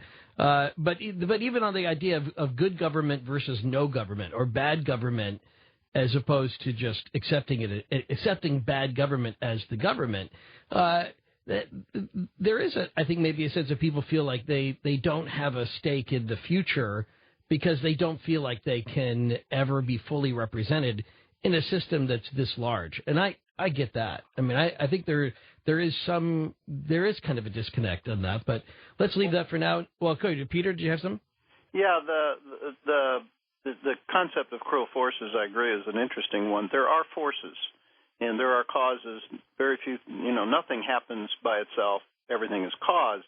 Whether that force is cruel or not, it depends on your perspective. So the government is bad for some people, but it's good for others. And the system itself is what it is, and that's what we're trying and do, that the system itself is not bad. The system either evolved or is designed to produce the behaviors that we see. If you want to create change, you have to agree with the caller. You have to change the system. You can't just change the people. So forces that are cruel for some people may actually be quite beneficial for others. Talking about how do you study the future and what can we learn of the future that we might see in 2011 and beyond, how we can be prepared for these changes coming up. Brett is in Syracuse on Coast to Coast. Brett? Oh, how are you doing, sir? I'm a long-time listener, and I'm actually a first-time caller on the wild card line. I always listen to your show on my way home from work. I'm a live sound man for sound engineer for bands and everything, and I actually am back in the job market because the main venue I worked at is had its last show tonight. Oh, I'm sorry to hear that. So you're kind of looking for what your future is going to be like. So how this might apply to you? I think it kind of one big thing I wanted to tie it in with is the women and men aspect and how they differ. And it's I really feel like I picked up a lot of traits from my mother growing up, who was like a second grade teacher for 30 years. I find I have a pretty good ability to connect with all sorts of different types of people. I also do like AV installations for professional businesses and everything. And being able to, it's pretty much like in poker, you can read someone and knowing how to conduct yourself and interact with them in a way that is the best, delivers the best connection between, the exchange of ideas is a lot better that way. And sometimes people think it's like almost like being a bit of a chameleon, and they kind of feel that that's like something dishonest or something. Yeah. Yeah, because they think that you lack a defined identity of yourself, or But the thing is, I never sacrificed my personal values to please another person or show off or. No, I think you got a good skill there if you're talking about being a chameleon, although that obviously has a pejorative connotation to it. The idea of being adaptive, though, you could say it that way. You're very adaptive, and that's it is a lot of thinking on your feet. But I definitely think it's empathy is the biggest thing that has gotten me the farthest in any of that, and I think it's kind of determined more of a feminine trait, but. It sometimes is. Well, let's run that by, and good luck with you in your job search, Peter and Andy. Yeah, we were talking about that a little bit toward the end of the last half hour about the different defining characteristics of women in the job marketplace and also as consumers versus men, and how that's something that many companies are just becoming aware of, and for that matter, many workers are becoming aware of, and how that reflects also with social networking, et cetera. But that empathy concept, I think that's true. That tends to be more associated with women. Peter or Andy, do you want to comment on the gender differences? Yeah, I'd like to take a stab at that because one of the running jokes I have in some of the talks I give is gentlemen, get in touch with your feminine side, and the idea there is if you look at the feminine characteristics versus masculine, and that they can be in men or women, but the empathy, the networking, relationship building, all the characteristics, feminine characteristics are evolutionarily better suited for the emerging economy than the masculine. The typical hierarchy, command and control kinds of follow the leader kinds of characteristics are on the way out. So in a way,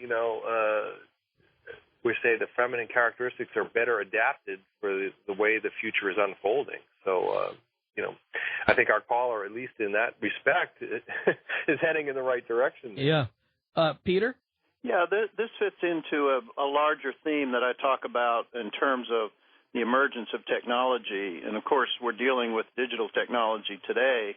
And what's happening is that any job or any career that has a lot of routine in it, and frankly, that's most of the jobs in the last 2 centuries, factory jobs and office jobs, those are turned over to machines more and more. And so what do people do for livelihood and for work in the future is the uniquely human things, the things that the machines can't do, which is exactly what Brett's talking about and what Andy's talking about, relationships, problem solving, leadership, responsibility, teamwork, collaboration, all of those things. We can have a machine do all the accounting for us, but working with others and solving new kinds of non-routine problems is what the future of work is about. So I think Brett's on exactly the right track, using his human skills and emphasizing those, because sooner or later most of the audio technical stuff will be done by a machine. Yeah. I made this distinction with Terry, and I really believe in it. I think that there is a line between networking and relationship building. I think men are natural networkers. I think they're really good at networking. I know a buddy. I know a guy. That's just networking. And they may not put the kind of same polish to it that they may learn to do professionally, but I think networking comes easy to men because their relationships tend to be very uncomplicated in a professional sense. And again, we're dealing with stereotypes here a bit, but I do think that's important to point out. I think that men are learning to be better relationship builders, and that it's that relationship that will pay off over time, a little bit more like the mafia. We think about the mafia they were great into relationship building. It wasn't just networking. You guys they were all in it together. I mean, they were all going to go, just like being like pirates, really are great relationship builders, but they weren't necessarily great networkers. All right, let's get one other quick thing here before the bottom of the hour. Judy is not too far away from Peter or Andy. She's in Houston, Texas, not far away from the University of Houston and their Future Studies program. Judy? Yes, hello. My gosh, it's wonderful you brought up about the Italian side of the equation. That kiss sometimes means something else. Maybe not something in a positive vein. True. Gentlemen, I appreciate that you have the show going on, but why can't you get a little more sophisticated in your how you're communicating? The gentleman that talked about the government, that's definitely a draconian and Machiavellian type of style, which is actually, filtered down into American business. And I'm trying to accept your criticism, but I got to say I don't quite understand it. So you're saying will you not be? You see, what this gentleman, it seemed like when he called, it was trying to latch on to what that phraseology might have been for him to be able to feel, as though there is an actual word for this kind of behavior, immoral type things going on in government, et cetera. But okay. what my point I really wanted to make is, if you you got to make it real quick here because we're just almost out of time. Really fast. Is that with the dumbing down of American education, everybody has to realize, look at your superintendents across the school systems and see that they're former military. See that everybody is being in a situation where they're being guided to serve in the military, and if they don't have the acumen, the intellectual acumen to go to college. I'm out of time. I'm sorry. I just got to go. I gave you as much as I could there to get to that point, Judy, but God bless you. We can try to filter out that coming up next on Coast to Coast. This is Ian Punnett. We'll grab a number right now. We'll get to your question about the future and what you see as trends. I'm kind of curious to see, maybe there's not a lot of people who are future watching the way that others are, kind of intuitively sort of picking up on trends and going, that's interesting. I wonder if. So if you've been picking up on a trend lately, at least one that you see happening, let's run that by the experts, people who do that for a living. Trend watchers, futurists, next on Coast to Coast. This is Ian Punnett. All right, let's get back to the phones for Dr. Peter Bishop and Andy Hines, both teachers of the Futures program at the University of Houston, talking about the future, both the immediate and one a little further down the line. Joe is in Danville, California, on Coast to Coast. Joe? Hi. Happy New Year. Thank you. I was wondering what your thoughts are on the secretive / shadow governments of our country and others, what you see happening with that. Okay. Well, I don't know. That seems a little out of the topic, but okay. So let's. I'll just throw it to Peter. Andy, anybody want to comment on the power behind the power in this country and the idea of transparency? I think is something that comes up a lot when we talk about government. Sure. We've already referred to our systems thinking course, which basically tries to look underneath the surface at how things happen and what the system is that's producing it. The other course that we have of a more theoretical nature is called social change, and that's a course in which we review all of the various historical and contemporary mega theories of why things change and how things change. One of those, of course, is the concept of the power elite, that a few people are really have lots of influence and the rest of us are more or less the recipients of the changes that they create. That's one of a dozen different theories that we review in that course. So, yes, there could be a shadow government, and clearly some people have more influence on the future and social change than anybody else.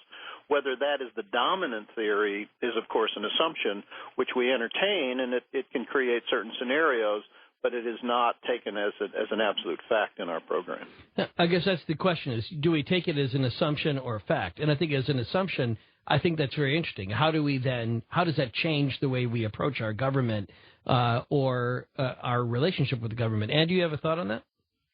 Well, one of the, back to the values trends you've been talking about a little bit earlier, is one of the trends that we see is while formal participation in the political process has been going down, what people have done instead is look for, we're sort of emphasizing the single issue interest. So if I'm really passionate about something, rather than going through the formal channels to deal with it that way, I start my own advocacy group. I form an online community, and I kind of work outside the system. So political participation, while again maybe going down formally, is actually going up, but it's been happening outside the system. Oh, interesting. So when we talk about then outside the system, meaning online chat rooms, people who form more insulated groups in which they express those opinions as opposed to challenging the system itself. Yeah, not only expressing opinions, but getting things done. I mean, mobilizing large numbers of people is a lot easier now. And, if you want to get, if people want to get something done, we call them the consumer vigilantes, groups that can, mobilize really quickly and powerfully and use tools to get things done. And like I said, it's easier to get it done outside the system sometimes. I see that.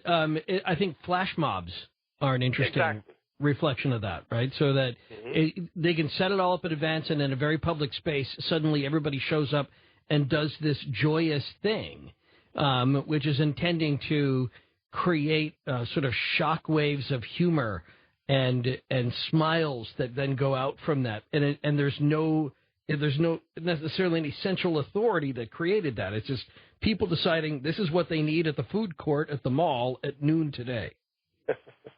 Right. I like that. Let's go to Aaron, who's in California on Coast to Coast on a first-time caller line for Peter and Andy of the University of Houston's Futures Studies program. Aaron? Yes, hi. Hi guys. I can't believe I got through. My question is, the trend I've been noticing, and I wonder what your thoughts were on this. With the real estate market hitting a crisis in terms of the rapid appreciation of homes, getting to a point where they're not affordable by people, and people have to go really far into debt to get them, and the excessive printing of money that we have, which is where we don't have anything, any commodities or anything backing up our monetary system. With all these things coming together, do you see a reorganization of our economic structure in the future? Yeah, great question. One of the ways we've approached that in our consulting business is a lot of clients, when the recession first hit, they came to us and said, help us, how is this going to play out? And the technique we use is scenario planning, scenario thinking, where we look at the different, plausible outcomes and then just try to track the indicators that suggest which way we're heading.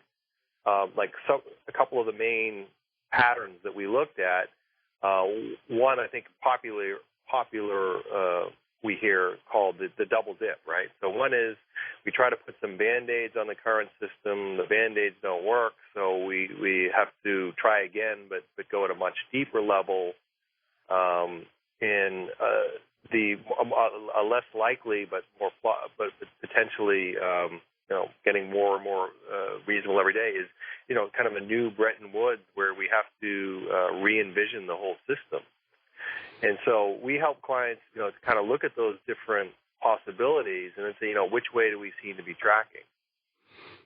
Peter? One of the most interesting questions that comes up in our course is that everybody realizes that capitalism has been an enormously beneficial system, an economic system for the last couple of centuries, primarily for North American, European, Japanese, and other countries coming on now, but that it itself is probably going to change, as everything does. Another rule we have in our systems course is that nothing goes on forever, and yet I challenge students to think, well, what would come after it? How would you actually think about an economic system that wasn't socialism, that wasn't fascism, that wasn't feudalism, that wasn't capitalism? What's another economic system? And frankly, I have a hard time, and they have a hard time coming up with an alternative system.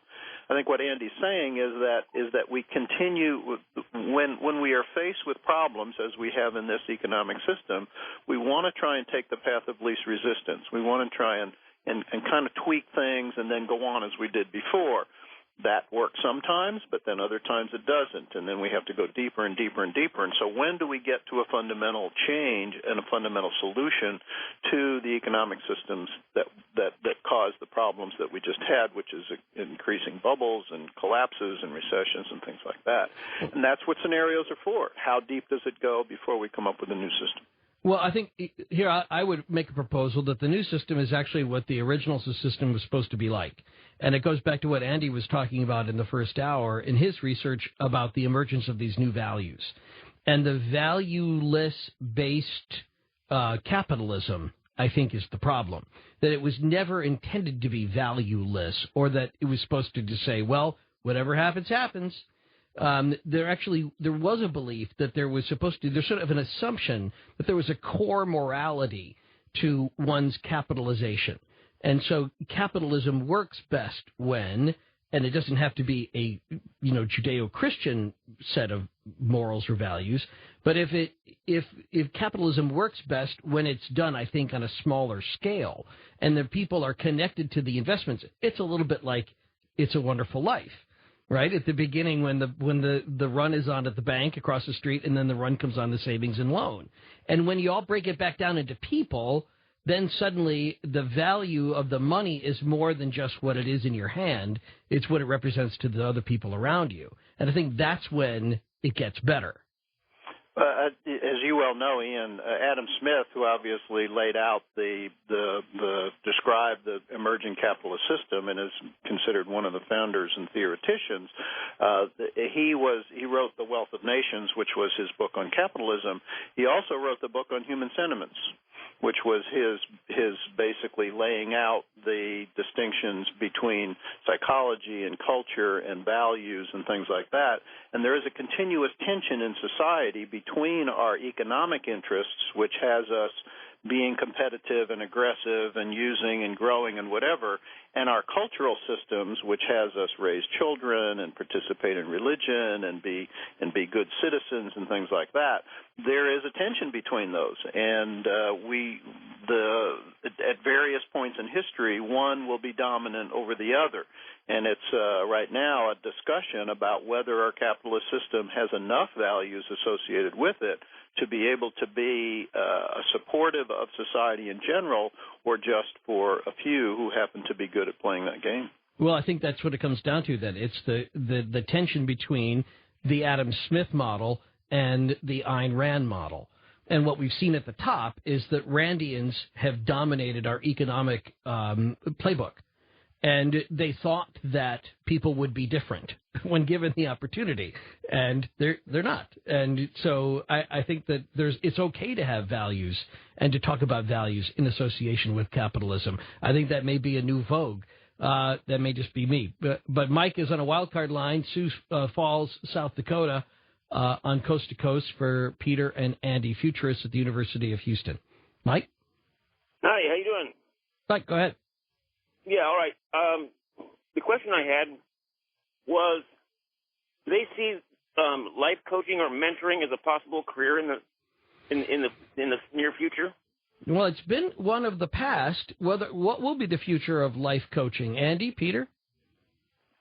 Well, certainly, and you know what's interesting about that is, like we talked earlier about the emerging job titles, and when you think about some of the things that are personal trainers, personal shoppers, personal concierges, there's whole new job titles and almost mini industries, if you will, emerged that 20 or 30 years ago, if you had brought that up, people would have thought you were crazy.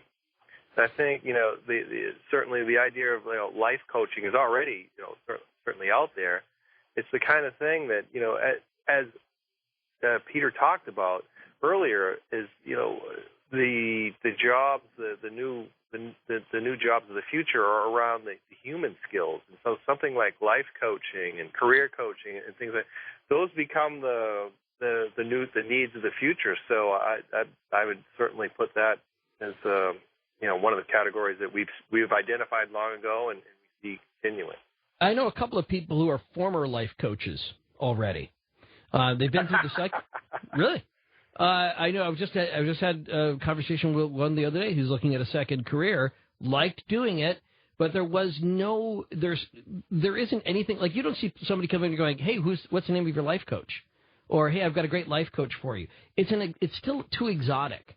And there isn't necessarily an ROI on it, and so that's part of the idea too about even going back to how will the internet reputation manager, how will they be compensated? How do you define what that's worth in such a way that it really becomes something that's profitable for somebody to pay for and somebody else to do for a living? All right, let's go to let me get to Pat on the first-time caller line in Iowa for Peter and Andy. Pat? Hi, good morning. My question really has to do with outsourcing. What's the future of that? And good question. How is that going to benefit Americans? Like they talk about the middle class diminishing. Sure. What about the future of outsourcing? Peter, Andy? Yeah, this is, of course, a contemporary issue of our time, but it's also been an historical issue. The U.S., of course, was the low-cost producer compared to the European industries in the 19th century, and we are now the country with the most amount of money, and therefore we are basically hiring workers from around the world to do a lot of the jobs that either people here do not want to do or couldn't afford to do. And so it's a continual rollout. This is really what capitalism, what success is bringing more people into the economic system that we have been benefited from all of this time. Unfortunately, as the caller points out, the competition is with people in those middle-class jobs, those routine jobs, those jobs that our parents and our grandparents raised us, and they were great jobs, but now those jobs are going either into machines, as I pointed out before, or they're going overseas. So as we've been talking about, we have to therefore move up the value chain in terms of human skills, personal service, the design, the creative parts of work, where the others around the world, the 3 or 4 billion people coming onto the workforce, we simply can't compete with them on a dollar per dollar, hour per hour basis. So we have to find a way of being competitive and allow them to do the jobs that we did in the 20th century. Our jobs in the 21st century have to be something different. I don't think we can compete with them. Andy? Well, one counter trend to think about in relation to that is near sourcing, where organizations are finding, while certainly there are some cost-saving benefits from putting some jobs, like as Peter had mentioned, overseas to cheaper labor, that there are also savings by, in the case, excuse me, of physical goods of not having to ship, as well as building relationships. Okay. All right, let me get another caller in here real quickly as we're winding down. Hey, Jesse, who's on east of the Rockies right now? Okay, let me get to Frank in Texas on Coast to Coast for Peter and Andy. Frank? Hi, guys. Thanks for having me on. Yeah. I wanted to discuss your topic earlier about a replacement for our current monetary system. There's something out there called the resource-based economy. It's promoted by the Venus Project and the Zeitgeist Movement. And Okay. I think it has a very good value set that can replace the greed and corruption of our current capitalist system. Are you referring to my model I laid out for an alternative currency in how we could move our current denominations in the United States to M&Ms? Is that what or you're talking about what we were talking before about capitalism? The capitalism. Okay, just checking on that. The monetary system and its insolvency over time. Don't rule out my idea of using M&Ms as currency, because really it works. If you sit down with it, the whole system works. Interesting. I wish we had more time to explore that. That is a whole other topic in itself. Let me go to David in Yellow Springs, Ohio on Coast to Coast, as our time is winding down with Peter and Andy, futurists at the University of Houston. The Future Studies program, by the way, worth looking into. You can find out more information online. David? Yes, Ian, I guess I don't have time to do what I really want to do. You were involved with a wild card situation of yourself. I'll talk to you about it on another day, having to do with Y2K. Think about where you were that morning after. But as far as your guests are concerned, I can't remember which one of you made the comment about audio engineers being replaced by machines. I don't know how much you know about audio engineering, but ain't gonna happen. I can tell you that much. There's too much subjective, nuanced, intuitive kind of things that go into the aspect of running audio engineering for like nightclubs, recording sessions, whatever. Right. So, some professions are not that one. All right, you may be right on that. All right, so Peter and Andy here, just the 30, 40 seconds we have left, and sorry we couldn't get everybody on the air. What do you think? What's the one thing you think we should be looking out for coming up in 2011? What moment will be your "I told you so" moment in 2011? Peter? Well, as you know, Ian, 1 year forecasting is not our strength. So in 2011, I don't know. I do believe that we're going to be surprised by the developments, the continued developments of the world's economy. And if I were thinking of a wild card, I would be concerned about sovereign debt, the debts the governments are taking on. I think that's an excellent answer. Andy, how about you? I think I'd be looking at something around consumer confidence, consumption patterns, And, are we going back to business as usual? I don't think that's likely. Or have some of the shifts we're already seeing starting to happen gaining some strength? Perfect. Thank you so much. Dr. Peter Bishop, University of Houston, Andy Hines. Couldn't have asked for a better last hour. Terrific questions from everybody out there, too. Thank you so much. Looking forward to 2011 either way, and 2015 for that matter, too. Deus te amat, and I do, too.